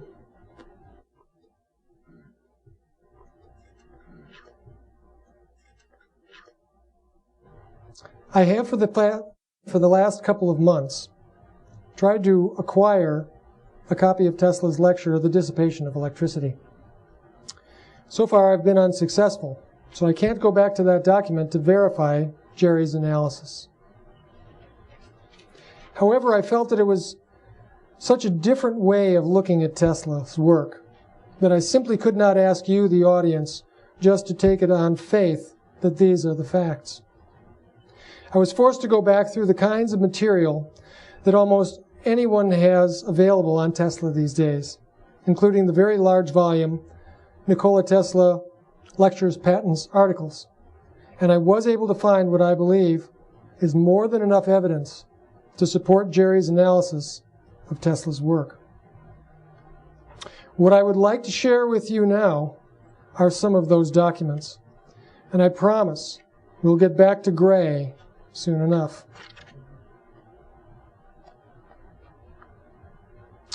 This quote is taken from Tesla's article, The Problems of Increasing Human Energy, that first appeared in Century magazine in June of 1900. And I'm going to read to you what's in this yellow box here, and it says, Since I described these simple principles of telegraphy without wires, I have had frequent occasion to note that the identical features and elements have been used in the evident belief that the signals were being transmitted to considerable distances by Hertzian radiations. This is only one of the many misapprehensions to which the investigations of the lamented physicist have given rise. About 33 years ago, Maxwell, following up on the suggestive experiment made by Faraday in 1845, evolved an ideally simple theory which intimately connected light, radiant heat, and electrical phenomena, interpreting them as being all due to vibrations of a hypothetical fluid of inconceivable tenuity called the ether. No experimental verification was arrived at until Hertz, at the suggestion of Helmholtz, undertook a series of experiments to this effect. Hertz proceeded with extraordinary ingenuity and insight, but devoted very little energy to the perfection of his old-fashioned apparatus. The consequence was that he failed to observe the important function which the air played in the experiments, and which I subsequently discovered. Repeating his experiments and reaching different results, I ventured to point out this oversight. The strength of the proofs brought forward by Hertz in support of Maxwell's theory resided in the correct estimate of the rates of vibration of the circuits he used. As I ascertained that he could not have obtained the rates he thought he was getting, the vibrations with identical apparatus he employed are, as a rule, much slower, this being due to the presence of air, which produces a dampening effect upon a rapidly vibrating electrical circuit with high pressure, as a fluid does upon a vibrating tuning fork. I have, however, discovered since that time other causes of error, and I have long ago ceased to look upon his results as an experimental verification of the poetical concepts of Maxwell. The work of the great German physicist has acted as an immense stimulus to contemporary electrical research, but it has likewise, in a measure, by its fascination, paralyzed the scientific mind, and thus hampered independent inquiry. Every new phenomena which was discovered was made to fit the theory, and so, very often, the truth has been unconsciously distorted. Well, obviously Tesla did not agree with the work of Helmholtz, Hertz, and Maxwell. For anyone out there in the audience who does not know who these people are, Hermann von Helmholtz is the author of what is now known the first law of thermodynamics, which states that energy can be changed from one form to another, but it is neither created nor destroyed. James Clerk Maxwell's equations are the backbone of modern electromagnetic theory. And Heinrich Hertz's supposed verification of Maxwell's work was deemed so important that they named the measurement of frequency after him. So these esteemed gentlemen are pivotal personalities in the way science is taught today. But as we can see, Tesla dismissed them all as not being relevant to his experimental findings. In other words, if we follow this path back into the ethers, we must be willing to leave behind the ideas and limitations defined by the first law of thermodynamics and Maxwell's equations. Amen. What we are going to look at lies outside the realm where these tools are useful. We're going to move into a completely different realm of study. Moving on, here is a closing remark from another article published in March of 1904. Tesla states, "When the great truth, accidentally revealed and experimentally confirmed, is fully recognized that this planet, with all its appalling immensity, is to electrical currents virtually no more than a small metal ball, and by this fact many possibilities, each baffling imagination and of incalculable consequence, are rendered absolutely sure of accomplishment. When the first plan is inaugurated, and it is shown that a telegraphic message, almost as secret and non-interferable as a thought, can be transmitted to any terrestrial distance, the sound of the human voice, with all its intonations and inflections, faithfully and instantly reproduced at any other point on the globe. The energy of a waterfall made available for supplying light, heat, or motive power anywhere on land or sea or high in the air. Humanity will be like an ant-heap stirred up with a stick. See the excitement coming." Well, here it sounds like Tesla really has something astonishing. He understands it, and he expects it to be unlimited. Something that is way beyond anything that has been ever done before. Even now, we're only getting to a place in the world 100 years later where many of these situations are possible. At least as far as transmitting human voice and things like this, but certainly not with regard to energy being available everywhere on land, sea, or air. Clearly, Tesla is referring to something that was not brought into full public manifestation. So the question is, what was Tesla doing? What evidence do we have that Tesla was working on the kinds of systems that Mr. Vassilatos was talking about in his book? Let's quickly review the evidence that Tesla was working on circuits with spark gaps and trying to get higher and higher spark gap discharge speeds. Here we have one of his many patents in the Lectures, Patents, Articles books called Electrical Circuit Controller. This is one that's very interesting because it consists of two electric motors, each turning in opposite directions, and a spark gap in between the two moving members. So he was clearly trying to get higher and higher speeds than just rotating one member. These would rotate in opposite directions. So here is clear evidence where we have a mechanical spark gap controller, as Jerry suggested in his early work, that he's trying to get the speed as high as he possibly can. Here's an illustration of a magnetically quenched spark gap. It doesn't use permanent magnets, it uses electrical magnets, because later in his experiments he wanted to vary the strength of that to help tune his circuits. This is one of the many experiments to blow out or quench a spark discharge. You'll see this one's very interesting because it is obviously designed for a DC spark, because DC spark discharges didn't start very easily. And you can see the spring-loaded handles here. You could tap on one end of one of these and bring the spark mechanisms closer together to start to draw the initial spark. Then they would spring back to their preset distances, so you could get a DC spark discharge started under these very difficult conditions. Here's another illustration where Tesla is blowing hot air across a spark discharge path. And actually, when you read about this one in the text, there's also a magnetic field present. So here he's using both hot air and magnetic field with a spark gap in this apparatus. So he's clearly looking into a wide variety of possibilities to get more controllable spark discharges, and very obviously DC spark discharges with high voltage. Here's the cover sheet of the patent called Electrical Transformer. In this he states that this is the invention that he plans to employ in constructing improved coils and a manner of using them for transmitting energy over long distances. I've included the illustration from this patent, and we can clearly see that he has the construct that Jerry was talking about, just a few turns in the primary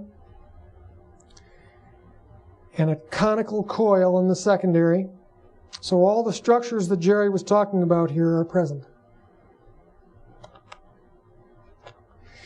Here we have another patent, Tesla patent, called Art of Transmitting Electrical Energy Through the Natural Mediums. And here again we see the same basic structure of source B here, powering a two-turn primary with a spiral coil in the middle of it. In this case, this was for broadcasting energy. So E prime down here is the connection to the Earth, and E up here is what he called his elevated capacitance. This was the heart of the magnifying transmitter system to broadcast energy to all points on the planet that he attempted to construct at Wardenclyffe, New York. Now, what was interesting about this is his source for this system, B. When you look at this diagram, B looks like a simple generator. But let's go back to the patent and read about this. Here we have some of the text from that patent, and it states right here, in Figure 1, A designates a primary coil forming part of a transformer and consisting generally of a few turns of stout cable of inappreciable resistance, the ends of which are connected to the terminals of a source of power for electrical oscillations, diagrammatically represented by B. This source is usually a condenser charged to a high potential and discharged in rapid succession through the primary, as in a type of transformer invented by me. So I've pulled this little diagram out, and the one on the left here is the one that's directly from the patent, and the one on the right here is what I call Tesla's magnifying transmitter illustration as described in the patent text, showing the capacitor and the disruptive spark gap, in this case a magnetically quenched gap, so he could control the impulse characteristics the way he wanted. Is everybody okay with this? I don't want to change the master's work here, but this is really the circuit he was using. And he used this drawing to just obscure it, but he clearly describes it in the patent.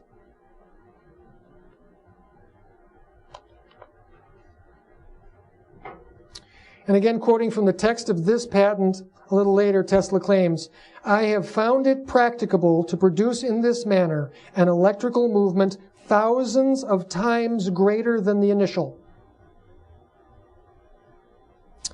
So again, he's talking about a tremendous gain in electrical energy here.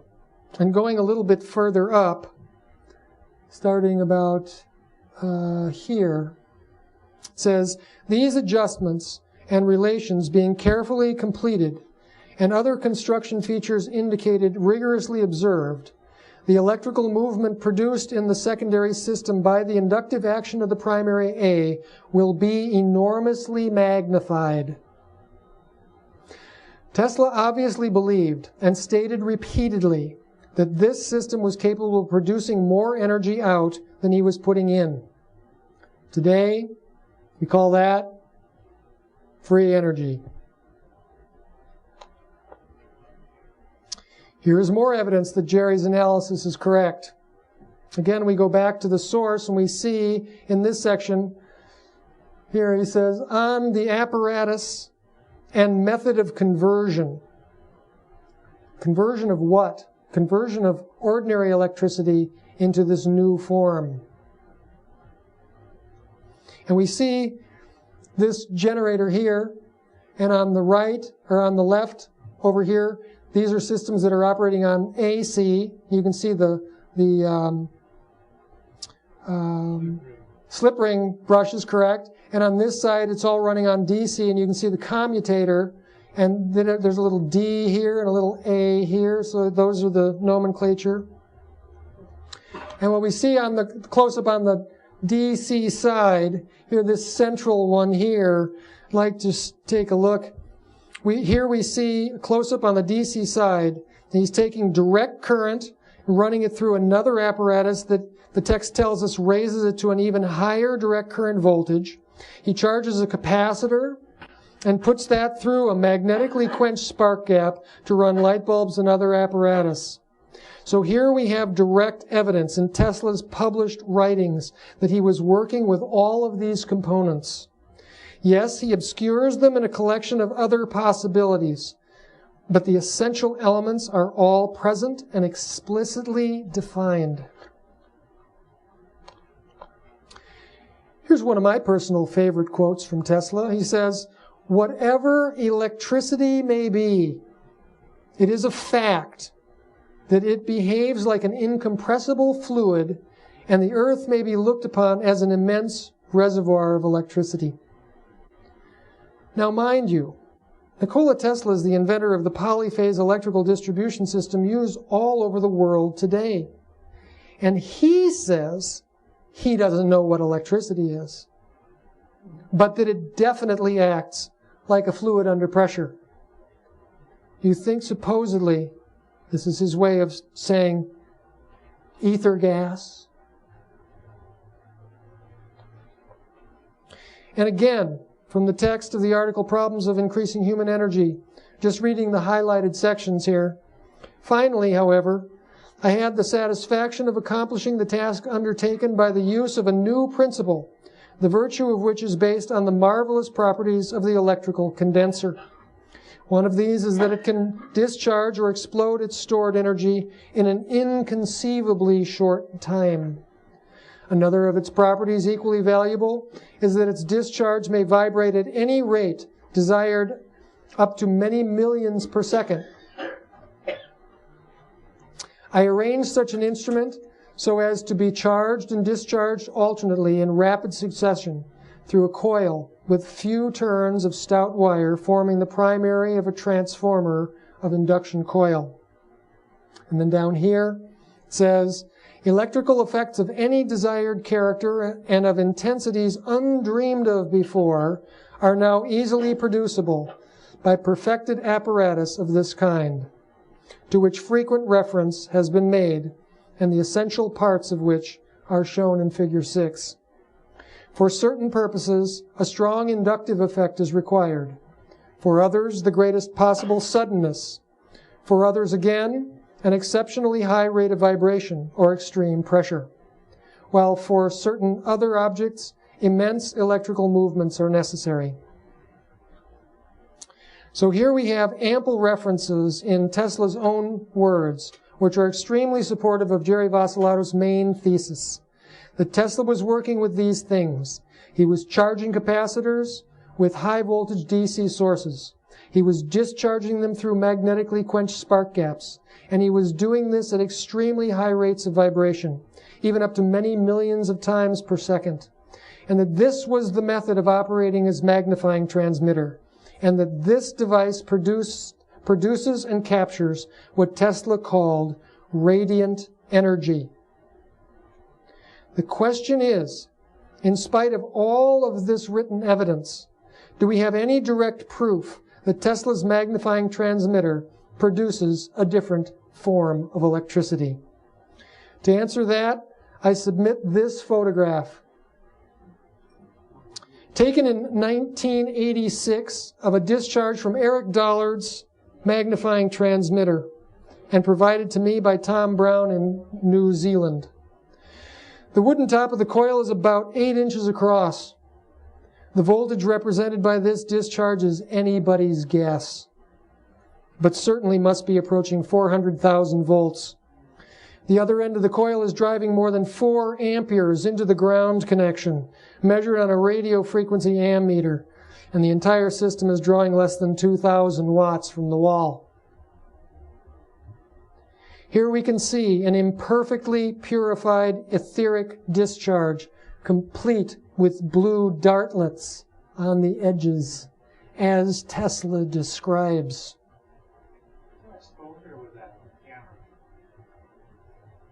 I have no idea. Quick, yeah. Right. We wouldn't see the structure stable like that. At this point, I would like to submit for your serious consideration the idea that all of the material that I read to you from Jerry Vasilato's book, Secrets of Cold War Technology, is essentially correct. To summarize, Tesla accidentally discovered an electrostatic supercharging effect while trying to verify Hertz's discovery of electromagnetic waves. After hundreds of experiments, he learned how to control and maximize this phenomena. This led him to the discovery that electricity is made up of different components that can be separated from each other, and that a pure, gaseous, etheric energy can be fractionated away from the flow of electrons in a circuit designed to produce short-duration, unidirectional impulses. When all the conditions were right, this gaseous, etheric energy would manifest itself as a spatially distributed voltage that would radiate away from the electrical circuit as a light-like ray that could charge other surfaces within the field. From now on, I would like to refer to this phenomena as the electroradiant event and summarize its characteristics as follows. The electroradiant event is produced when a high-voltage direct current is discharged across a spark gap and interrupted abruptly. This effect is greatly increased when the source of direct current is a charged capacitor. The electroradiant event leaves wires and other circuit components perpendicular to the flow of current. The electroradiant event produces a spatially distributed voltage that can be thousands of times higher than the initial spark discharge voltage. It propagates instantaneously as a longitudinal electrostatic light-like ray that behaves similarly to an incompressible gas under pressure. Electroradiant effects are solely characterized by impulse duration. Electroradiant effects penetrate all materials and create electronic responses in metals like copper and silver. And in this case, electronic responses means electron movements are initiated. Electroradiant impulses shorter than 100 microseconds are completely safe to handle and will not cause shock or harm. And electroradiant impulses shorter than 100 nanoseconds are cold and easily cause lighting effects in vacuum globes. The electroradiant event is essentially the gain mechanism, which Tesla discovered, that is the basis of his magnifying transmitter. It is the basis of his claim that he was able to create more energy in his outputs than it took to initiate them in his inputs.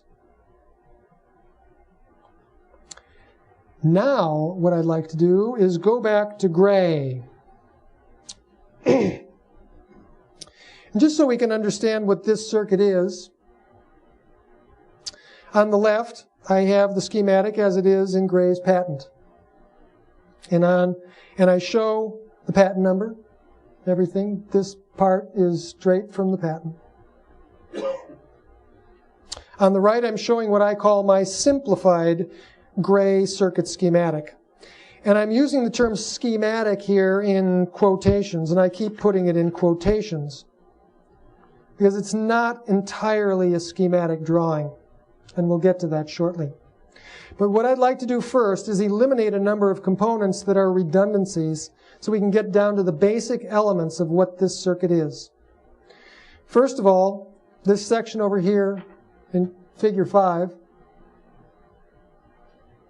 this is just an alternate way of running the circuit from an AC supply, and we can eliminate that without changing the circuit in any significant way. So over here, I just have the thing running directly from the batteries. What is the element number 36? What is that device? We're going to get to that. Okay.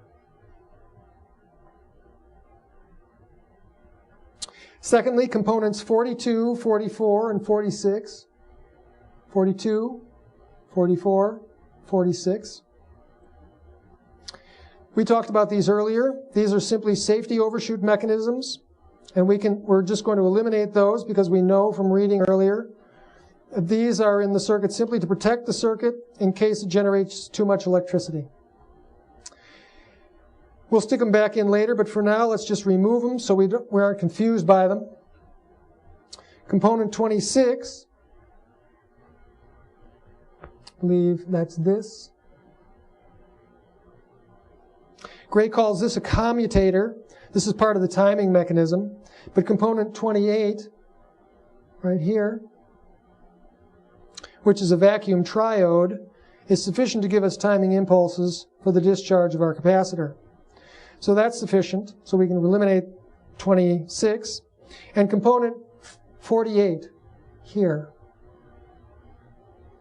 This is just a switching mechanism that allows you to change which battery is being charged and which battery is actually running the circuit. So if we just eliminate that over here, we can simply say that battery 18 is running the circuit and battery 40 is receiving the charging impulses. So now we have what I call the simplified Gray circuit schematic. And this will be helpful in the next analysis. Is everybody okay with these changes? This doesn't change anything in any appreciable way?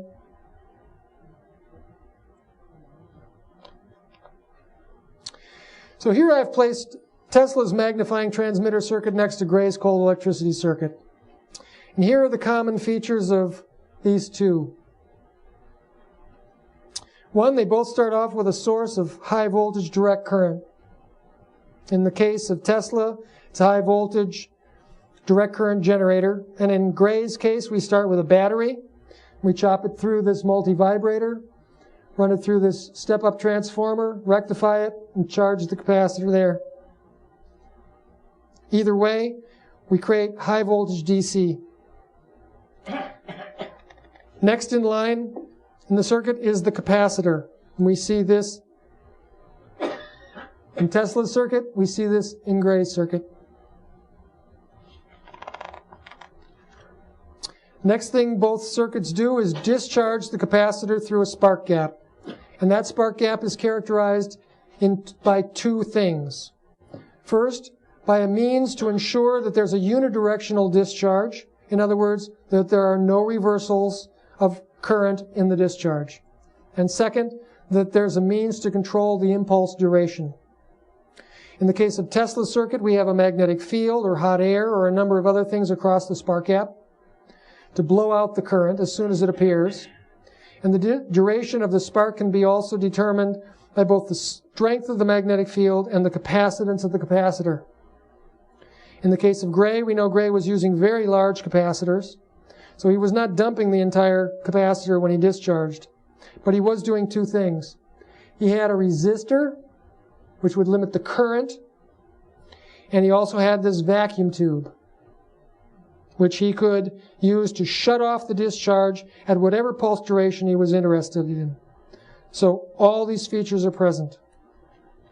Next, we have in both circuits what I will call the preferred location for the electroradiant event.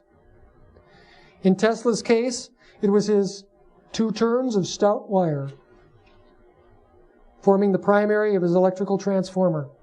But as we know from reading Jerry Vassilatos, we know that this was not an inductive transformer, that the magnetic coupling in this is very weak from the primary to the secondary. In fact, the primary runs on what Tesla calls his new electrostatic induction rules. And in the case of Gray, the preferred electroradiant event, the location is what he calls his conversion switching tube, which clearly is an electrostatic device, as we read earlier. It is specifically designed to have an explosive electrostatic event radiate away from its central member. The next element is the preferred means to intercept the electroradiant event. In Tesla's case, it's the secondary coil, conical-shaped coil that Jerry talks about, we see in the patents. In Gray's case, he just collects the radiant voltage on these charge-receiving grids. It's important to see that in both of these circuits, there is no direct connection between the source of energy and the receiver element. There is only the electrostatically induced charge on these members. The next element is the connection to the preferred output. In Tesla's case, the output is the connection to the ground and the elevated capacitance, which constitutes his world broadcast system. In Gray's case, he discharged the accumulated charges of his charge-receiving grids into either the jumping magnets or a transformer output that ran his cold electric circuit, or into the repulsive magnets in his motor. So again, they each have a preferred means to intercept the electroradiant event and a preferred method to connect it to the output. And finally, in Gray's case, he was able to reconvert some of this excess energy back into ordinary electricity, enough to actually recharge his battery, as we saw earlier from the articles. Tesla was not concerned with this, since his system was designed to be powered by a hydroelectric power plant. So it's clear from this analysis, just in case anybody missed it up till now, that Tesla's magnifying transmitter and Gray's cold electricity circuits are for all intents and purposes the same circuit. They do the same things in the same places in slightly different ways, and they both claim to produce extremely high gains of a cold form of electrostatic energy in the output. Tesla's system was obviously much, much larger. He was planning to power up the whole world. Gray was only planning to power up your home or your car. But for all intents and purposes, these systems function the same and release the same electroradiant gain mechanism. So here again is Gray's circuit schematic from the patent. And again, I've used the term schematic here in quotations, and I'm going to get into exactly why I'm doing that right now. Can you ask a question? Please hold it. Okay. One of the things that finally allowed me to figure out how this circuit works and what the real schematic is was when I was looking at this. I realized there were a number of basic problems in the way this was drawn. We're going to look at component 42 here.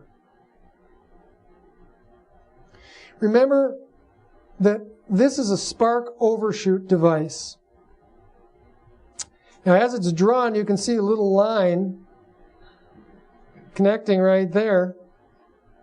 Connects all the way around and would actually produce a short circuit so that it would not allow capacitor 16 to charge up. So if this was an actual electrical connection, it looks like the circuit wouldn't do what they say it would do. So we clearly see that this part of the drawing has problems.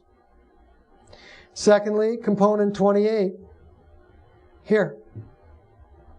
This is defined in the patent as follows. It says, control of the conversion switching element tube is maintained by commutator 26, a series of contacts mounted radially about a shaft, or a solid-state switching device sensitive to time or other variable may be used for this control element.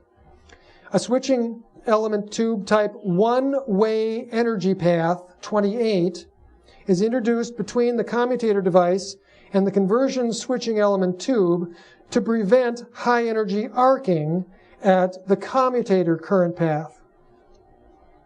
Now, of course, if the commutator was a solid state device, there wouldn't be any arcing to prevent. So we can see again the important thing about 28 isn't that it's going to prevent arcing here, but that it's described as a one-way energy path. He is specifically saying that energy in this circuit can only be allowed to move in one direction at this stage. That is what is extremely important, not preventing arcing at 26. In this we can see strict compliance with the conditions which Tesla set forth. The other thing about this is that the grid on the triode here isn't attached to anything. And of course, that's what controls the pulse duration. So here's a gaping hole in the patent, and there's no mention of what kind of frequencies or pulse durations this tube is supposed to operate at. No connection to the mechanism that would control that, i.e. the grid of the tube. So this was a big tip-off for me. This is typical of Gray's patents, where he leaves out extremely important details that are actually the heart of the matter. The other thing here is 36. This component here.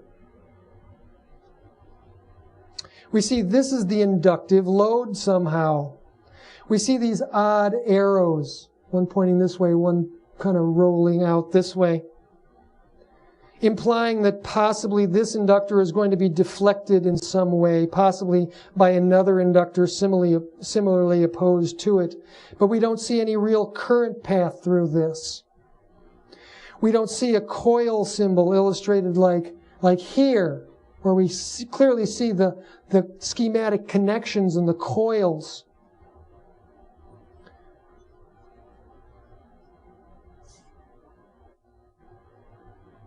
So I came to view this whole section of the circuit as more of a block diagram than an actual schematic.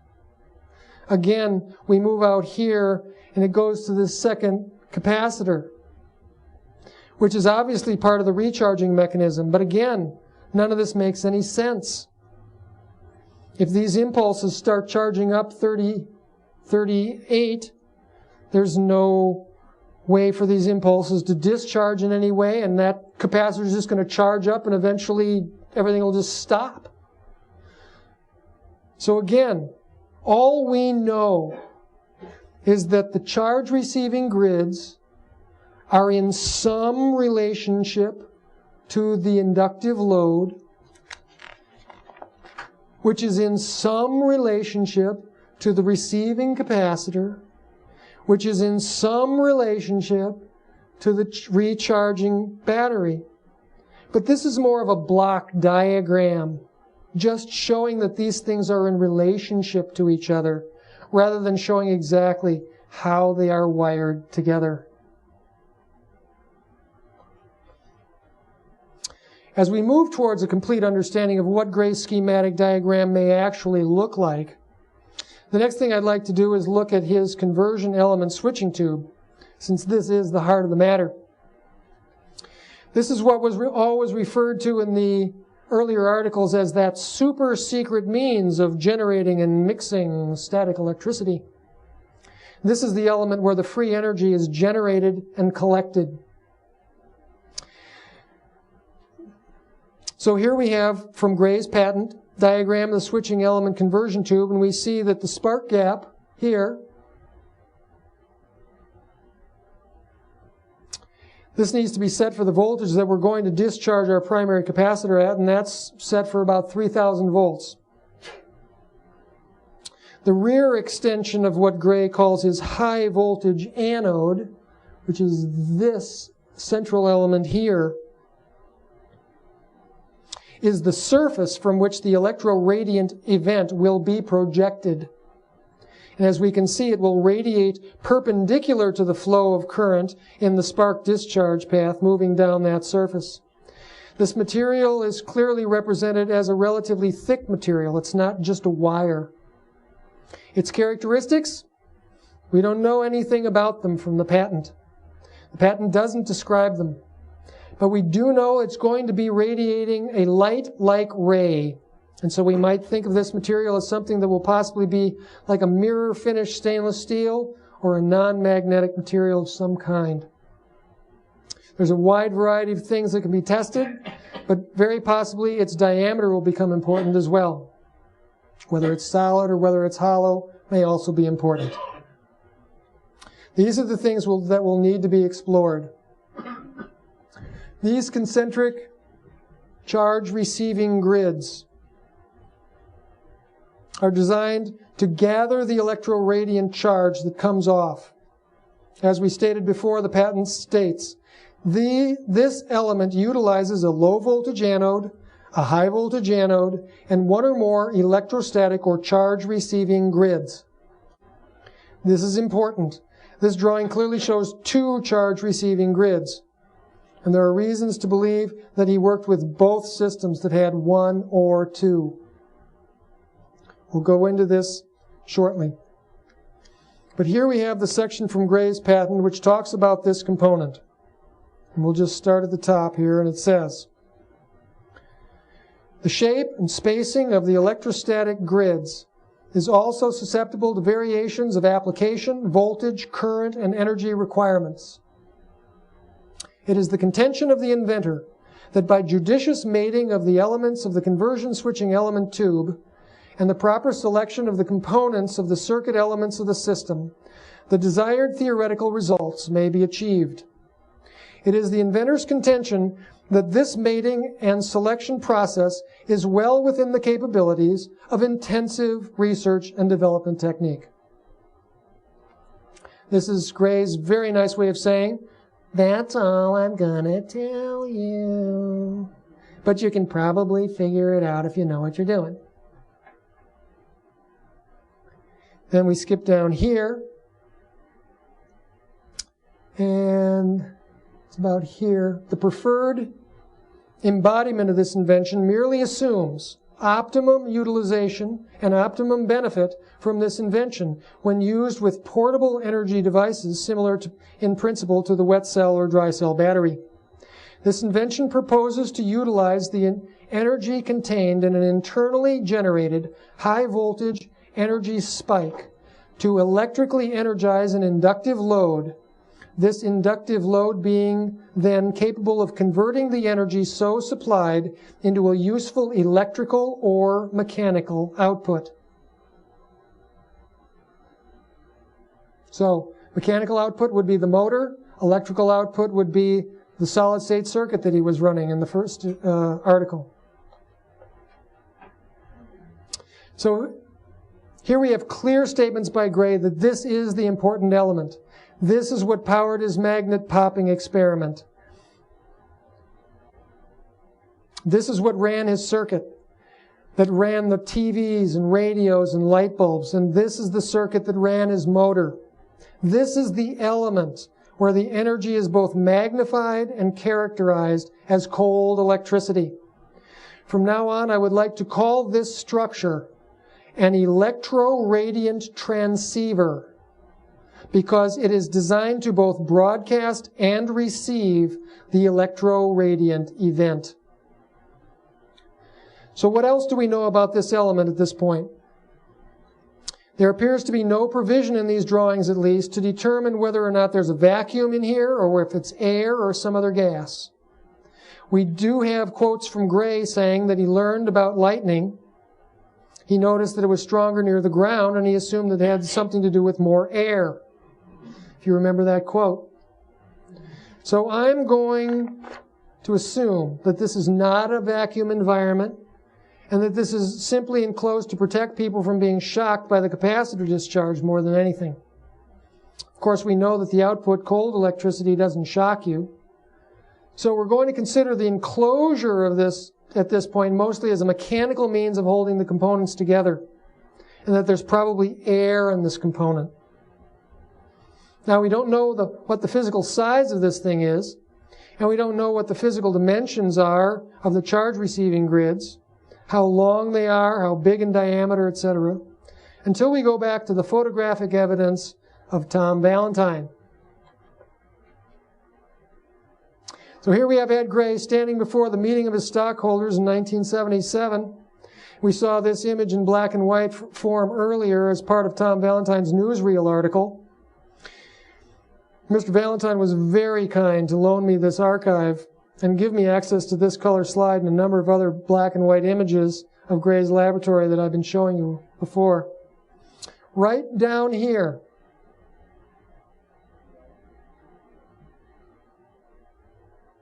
we see the magic component where the sparks are flying. We can see quite a bit in this photograph about the layout of the device. We can see the dimensions of the conversion switching element tubes and what I'm calling the electro-radiant transceivers. He has 3 of them right in a row, and each one of them is being fed by the discharge of a single capacitor. So he's got 3 very large capacitors here, 1, 2, 3. I actually had this image digitally scanned, and when I looked at the markings on this capacitor here, it says 2 microfarads at 4,000 volts DC. This is the entire output setup. So where his motor patent shows he's got banks and banks of capacitors that are being charged and discharged in series, sequence, and all these different things, that's not what he was doing. This is what he was doing. Another thing it's suggesting, look here. You got 1 wire coming out of each one of these things. You got 3 wires going into the commutator and 1 wire coming out.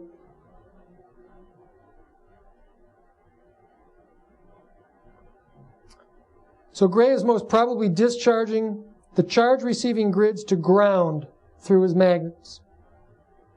Digital close-up of this image clearly shows 2 charge receiving grids in the tube, about 1/4 of an inch away from each other. Exactly how they are connected is still not certain. The patent suggests that each grid is wired out to the plug and that 1 connection from there is made to the output inductor. So what exactly is the output setup? Here we have another unpublished photograph taken by Tom Valentine in Ed Gray's laboratory in 1973. You can see Ed Gray and Fritz Lenz with Richard Hackenberger hacked off there. This is the setup that they were popping the magnets with. You can see right here in the foreground.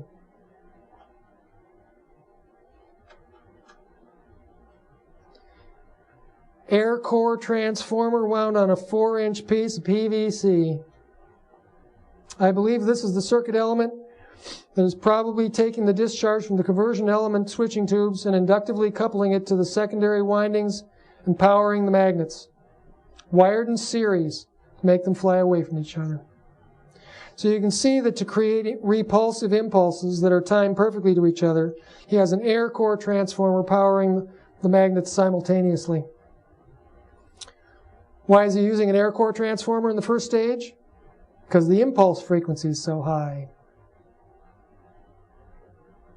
Close-up of this image shows this central winding has 2 layers of 10 turns of what looks like spark plug wire.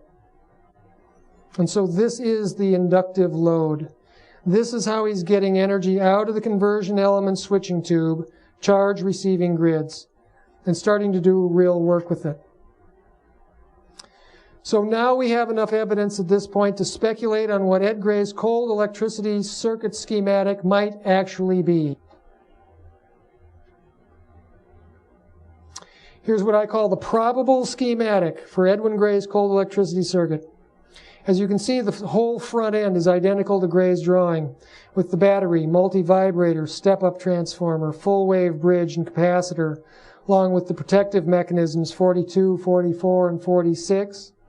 Next, the electro-radiant transceiver mechanism, spark gap, resistor, vacuum tube, and then around, is that off the screen? Yeah. Yeah. Can you just Move it. Yeah, just move it slightly. There you go. Okay. Yeah, and then back around to the positive of the battery. just like in Gray's circuit. Connected to the grid of the triode, we're going to put a timing mechanism that can produce pulse trains as needed, pulse durations between 10 and 50 microseconds. The output section, I'm showing two grids connected together here. Powering the primary, the air core transformer, discharging to ground. Secondary of the transformer is a step down to power lights and other things in this zone, as well as another step down transformer that would be, whose secondary would be rectified to charge another capacitor. Pulses coming through here will charge this capacitor until the voltage is higher than the battery, and so would start charging the secondary battery with current pulses. Going back to the spark overshoot mechanism here, 42. I'm showing this as two separate high voltage spark gaps, one on the primary line to dump any electroradiant event that backs up through the primary line, and the second one to dump any excess voltage in the output line. Going back to vacuum tube 28. To create the non-shocking form of electricity, it must limit the spark duration to anything less than 100 microseconds, according to Tesla. We know from Dr. Chalfant's statement that Gray uses power, quote, for only a small fraction of a millisecond. I think 1% to 5% of a millisecond represents a small fraction. And so it's in that range, 10 to 50 microseconds. The vacuum tube also acts like a diode, so it's very resistant to reversals in current. Now, as I've said before, the capacitor 16 here discharges through the electroradiant transceiver back to the positive of the battery. Now, normally, if we just discharge this capacitor, you would discharge the high voltage positive back to the negative here. Normal discharge path would be like down through here, or through this spark gap here, just back to the negative. But Gray discharges it back to the positive of the battery. Tesla clearly shows that this is not necessary to create the electroradiant event, but it is certainly part of the circuit process that Gray felt was necessary. We don't know exactly what significance it is, but it's certainly related to his idea of splitting the positive, which was a piece of jargon used early in the reporting that we didn't understand. But this is clearly what splitting the positive looked like to Gray. Clearly, this is not about recharging the battery. The voltage drop at the spark gap reduces the amount of energy that can go back to the battery to near zero. So this is not the recharging mechanism. This is probably simply about characterizing the electroradiant event in a more positive way, and in this way I mean electropositive. So now we have some grasp of where the terminology splitting the positive comes from and what its significance might be. Also, that Gray claims to be only using a positive form of energy. Certainly what gets radiated out to his charge receiving grids is a positive electrostatic charge. When that is discharged to ground, he is only using the positive side of the electricity. So at least, again, everything Gray was saying makes sense. Digital close-ups of the charge receiving grid strongly suggest Gray is using copper. You can see a yellowish color in there. As we've said before, electroradiant events create electronic responses in certain metals.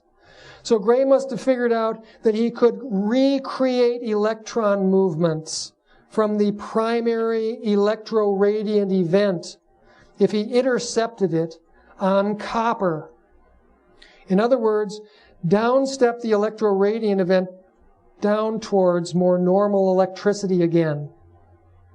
In Tesla's large-scale system, he tried to get away from this effect. But in Gray's smaller system, it's just what he needed. The more we ask the electroradiant event to interact with copper again, the sooner we get back to a form of electricity that will actually charge the battery in a fairly normal way. This then is how to produce Edwin Gray's cold electricity. It is cold in the sense that it won't shock you. So this is how the system works. To summarize again, Gray's cold electricity circuit runs like this. It starts with power from this battery. He raises the voltage to 3,000 volts DC, and he stores it on his very large capacitor. He then discharges impulses through the spark gap, clipped by this vacuum tube, such that the impulse duration is less than 100 microseconds. This staccato of impulses flows through the electroradiant transceiver, which creates a series of radiant electrostatic fields of spatially distributed voltage that is picked up by the charge-receiving grids. As soon as the electroradiant event ceases, the charged grids discharge to ground through the primary of the inductive load. The output recovery system is inductively coupled to this discharge primary with a voltage step down to run lights and other medium voltage appliances, as well as other step-down transformers to recharge the secondary battery. By switching the batteries back and forth periodically, Gray could keep the system going indefinitely and still produce a sizable output. Gray's statement that he only used 1% of the energy and that 99% of the went back into the battery is actually a meaningless attempt to define this phenomena in thermodynamic terms. Actually, all the energy in his primary circuit is lost, and the energy recovered from the electroradiant event is about 100 times greater.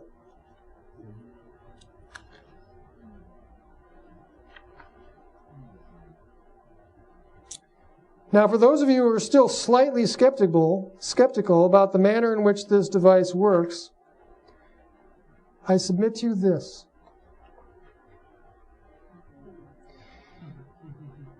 Here is the classic image of the enigmatic Testotica machine designed by Paul Baumann at the Methernitha community in Linden, Switzerland.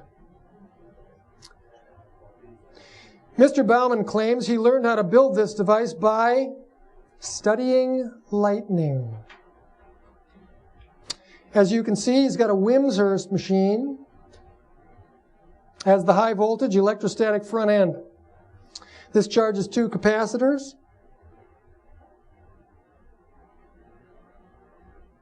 Or Leyden jars. The high voltage from these capacitors goes down through the tops of these big cans, which Mr. Baumann has never let anyone see inside. Then it comes out the bottoms and meets in a spark gap. There's been endless speculation as to what these devices are, ranging from uranium-doped capacitors to strange arrangements of crystals and magnets and all kinds of other things. I submit to you that these big cans are electroradiant transceivers and that they are not altogether different from Gray's conversion tube design. What is interesting here is that Mr. Baumann has one on either side of the spark gap. One of these probably produces a positive electroradiant event, and the other produces a negative electroradiant event.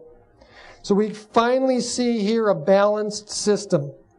Like Tesla said, depending on where the spark gap was, you could either project a charge or deplete a charge from a surface. So here we have the full manifestation of this type of circuit, where the output pulses actually resolve the charge from an electroradiant positive surface to an electroradiant negative surface, instead of just from one grid to ground, like in Gray's system. Baumann further characterizes the energy flowing between the charge receiving grids by wrapping the wires around these permanent magnets. Again, doing everything he can to make it behave more like ordinary electricity once he's collected it. In this second image here, you can clearly see that this little Wimshurst machine has no trouble making big lighting effects. The claim here in this image is for 1,000 watts of light. And again, we must be looking at close to 1,000 to 1 gain, not to mention the fact that the machine is turning itself. There are literally thousands of variants to what I have presented here tonight. So if you can't go home and build a cold electricity circuit from old nylon records, aluminum foil, paper clips, and magnets, it's not my fault.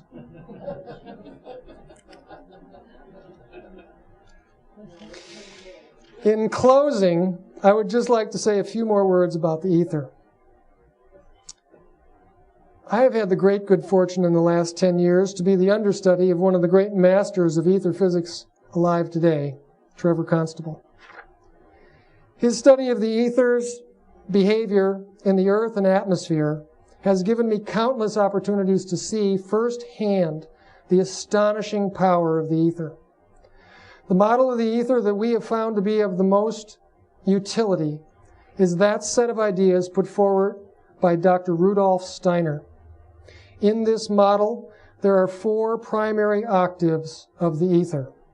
These are the light ether, the warmth ether, the chemical ether, and the integrated synthesis of these 3 he calls the life ether. Steiner describes electricity as an unnatural combination of warmth ether and light ether.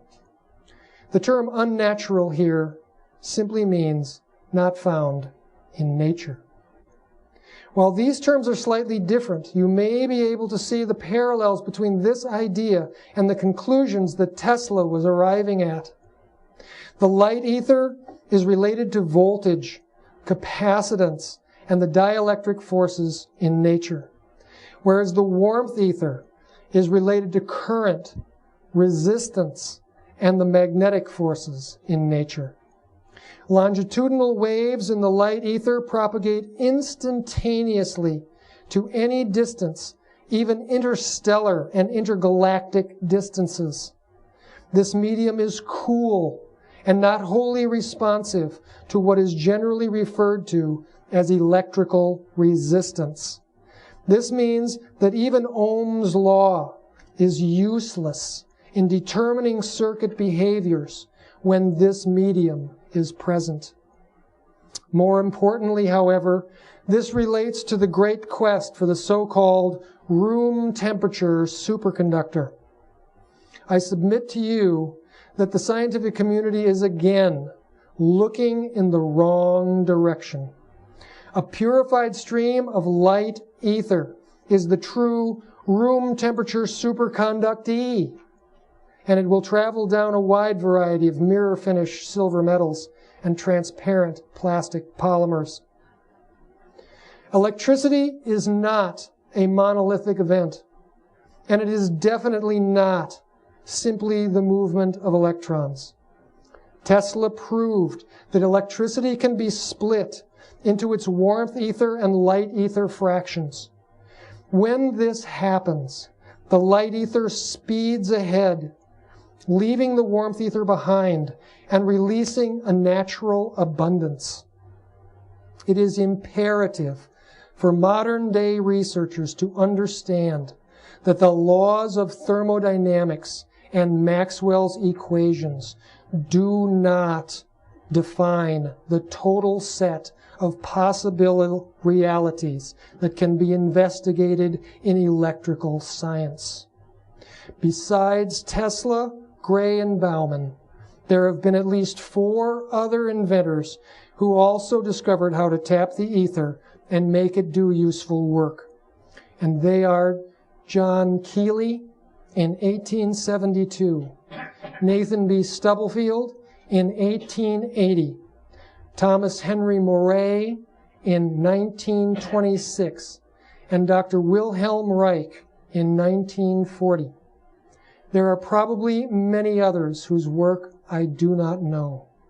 In light of this, there is ample evidence to suggest that God has been trying to give the peoples of this world etheric technology for over 120 years. It is time to wake up and graciously accept the divine gift. Thank you very much.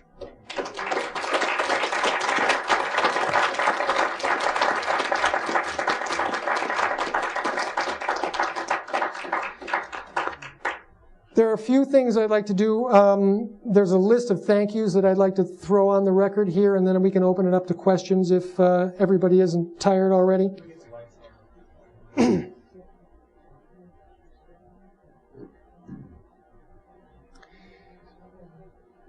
First of all, I'd like to thank Tom Valentine for aggressively pursuing the story on Ed Gray, for excellent and accurate reporting, for his tremendously revealing photographs, and for his exceptional generosity in loaning me his entire file archive as I started to prepare this presentation.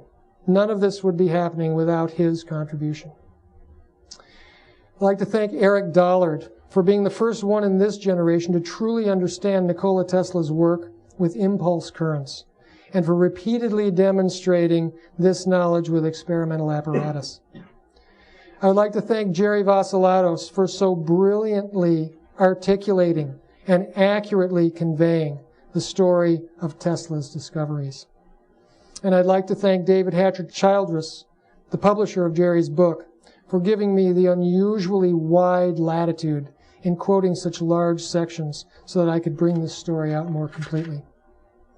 I'd like to thank Dr. Robert Beck for encouraging me in my early work many years ago, and for setting the example of the only way we can really have these things is to give them away. Thank you. I'd like to thank the late Bruce De Palma for teaching me how to think about physics, the way things really are.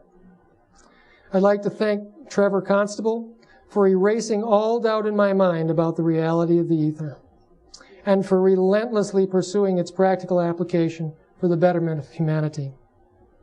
I'd like to thank Tom Brown, who's in New Zealand right now, who opened so many doors for me and actually introduced me to most of the people I've just mentioned. And finally, to all those other people who have supported my work over the years, and especially Don Maloney, whose unbidden generosity helped me so often through the lean times, and Michael Knox, who actually built the first machine I ever saw that produced free energy. So again, thank you, thank you, thank you. At this time, I'll take questions. This energy going into space. Hold it. We're going to use a microphone. We'll get you on the table. How far into space would this energy go? Tesla never found the end. His magnifying transmitters were going to power the whole world. He could send the radiant event to all locations on the planet.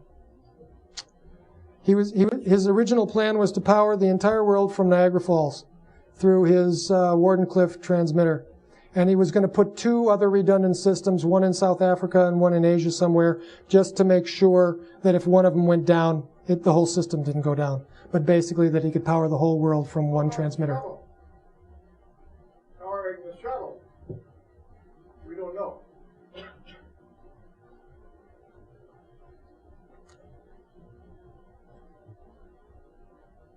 I seem to understand it that these ether streams, that these ether streams, when they intersect metals, or when metals are intercepting these ether streams, cause electronic events? Originally, Tesla thought that the ether gas created an impact which dislodged electrons.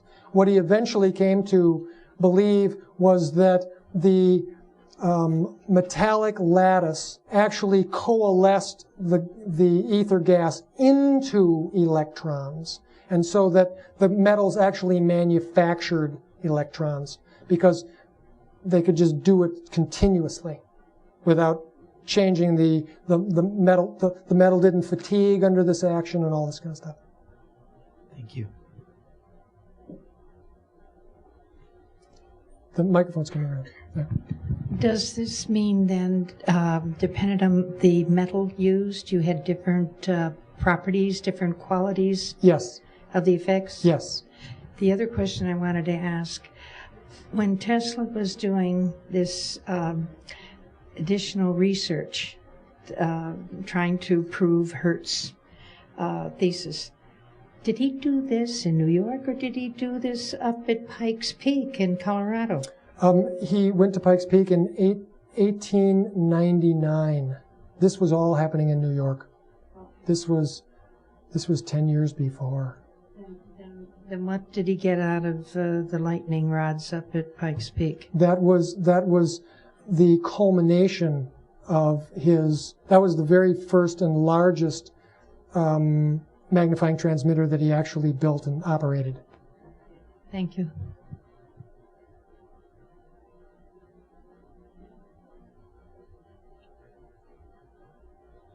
Yeah, I think, first of all, I must compliment you on your research. You've done an excellent job.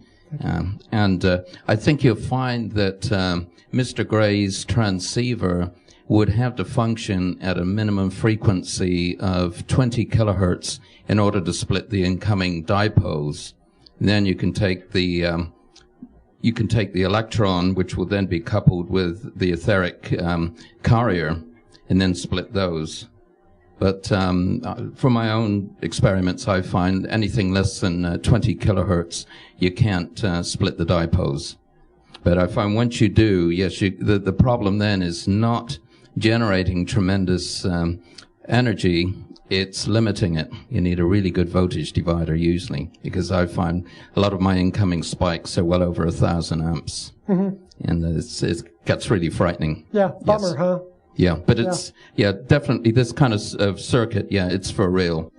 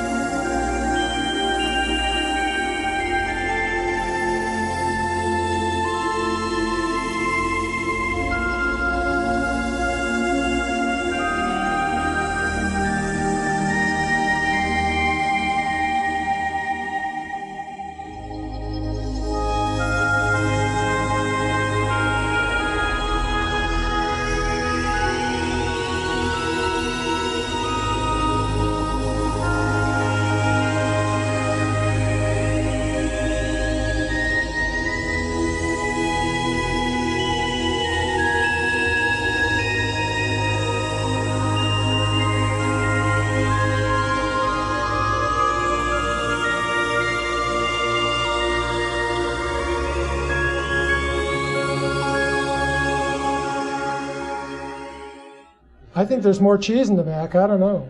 Let's get Peter.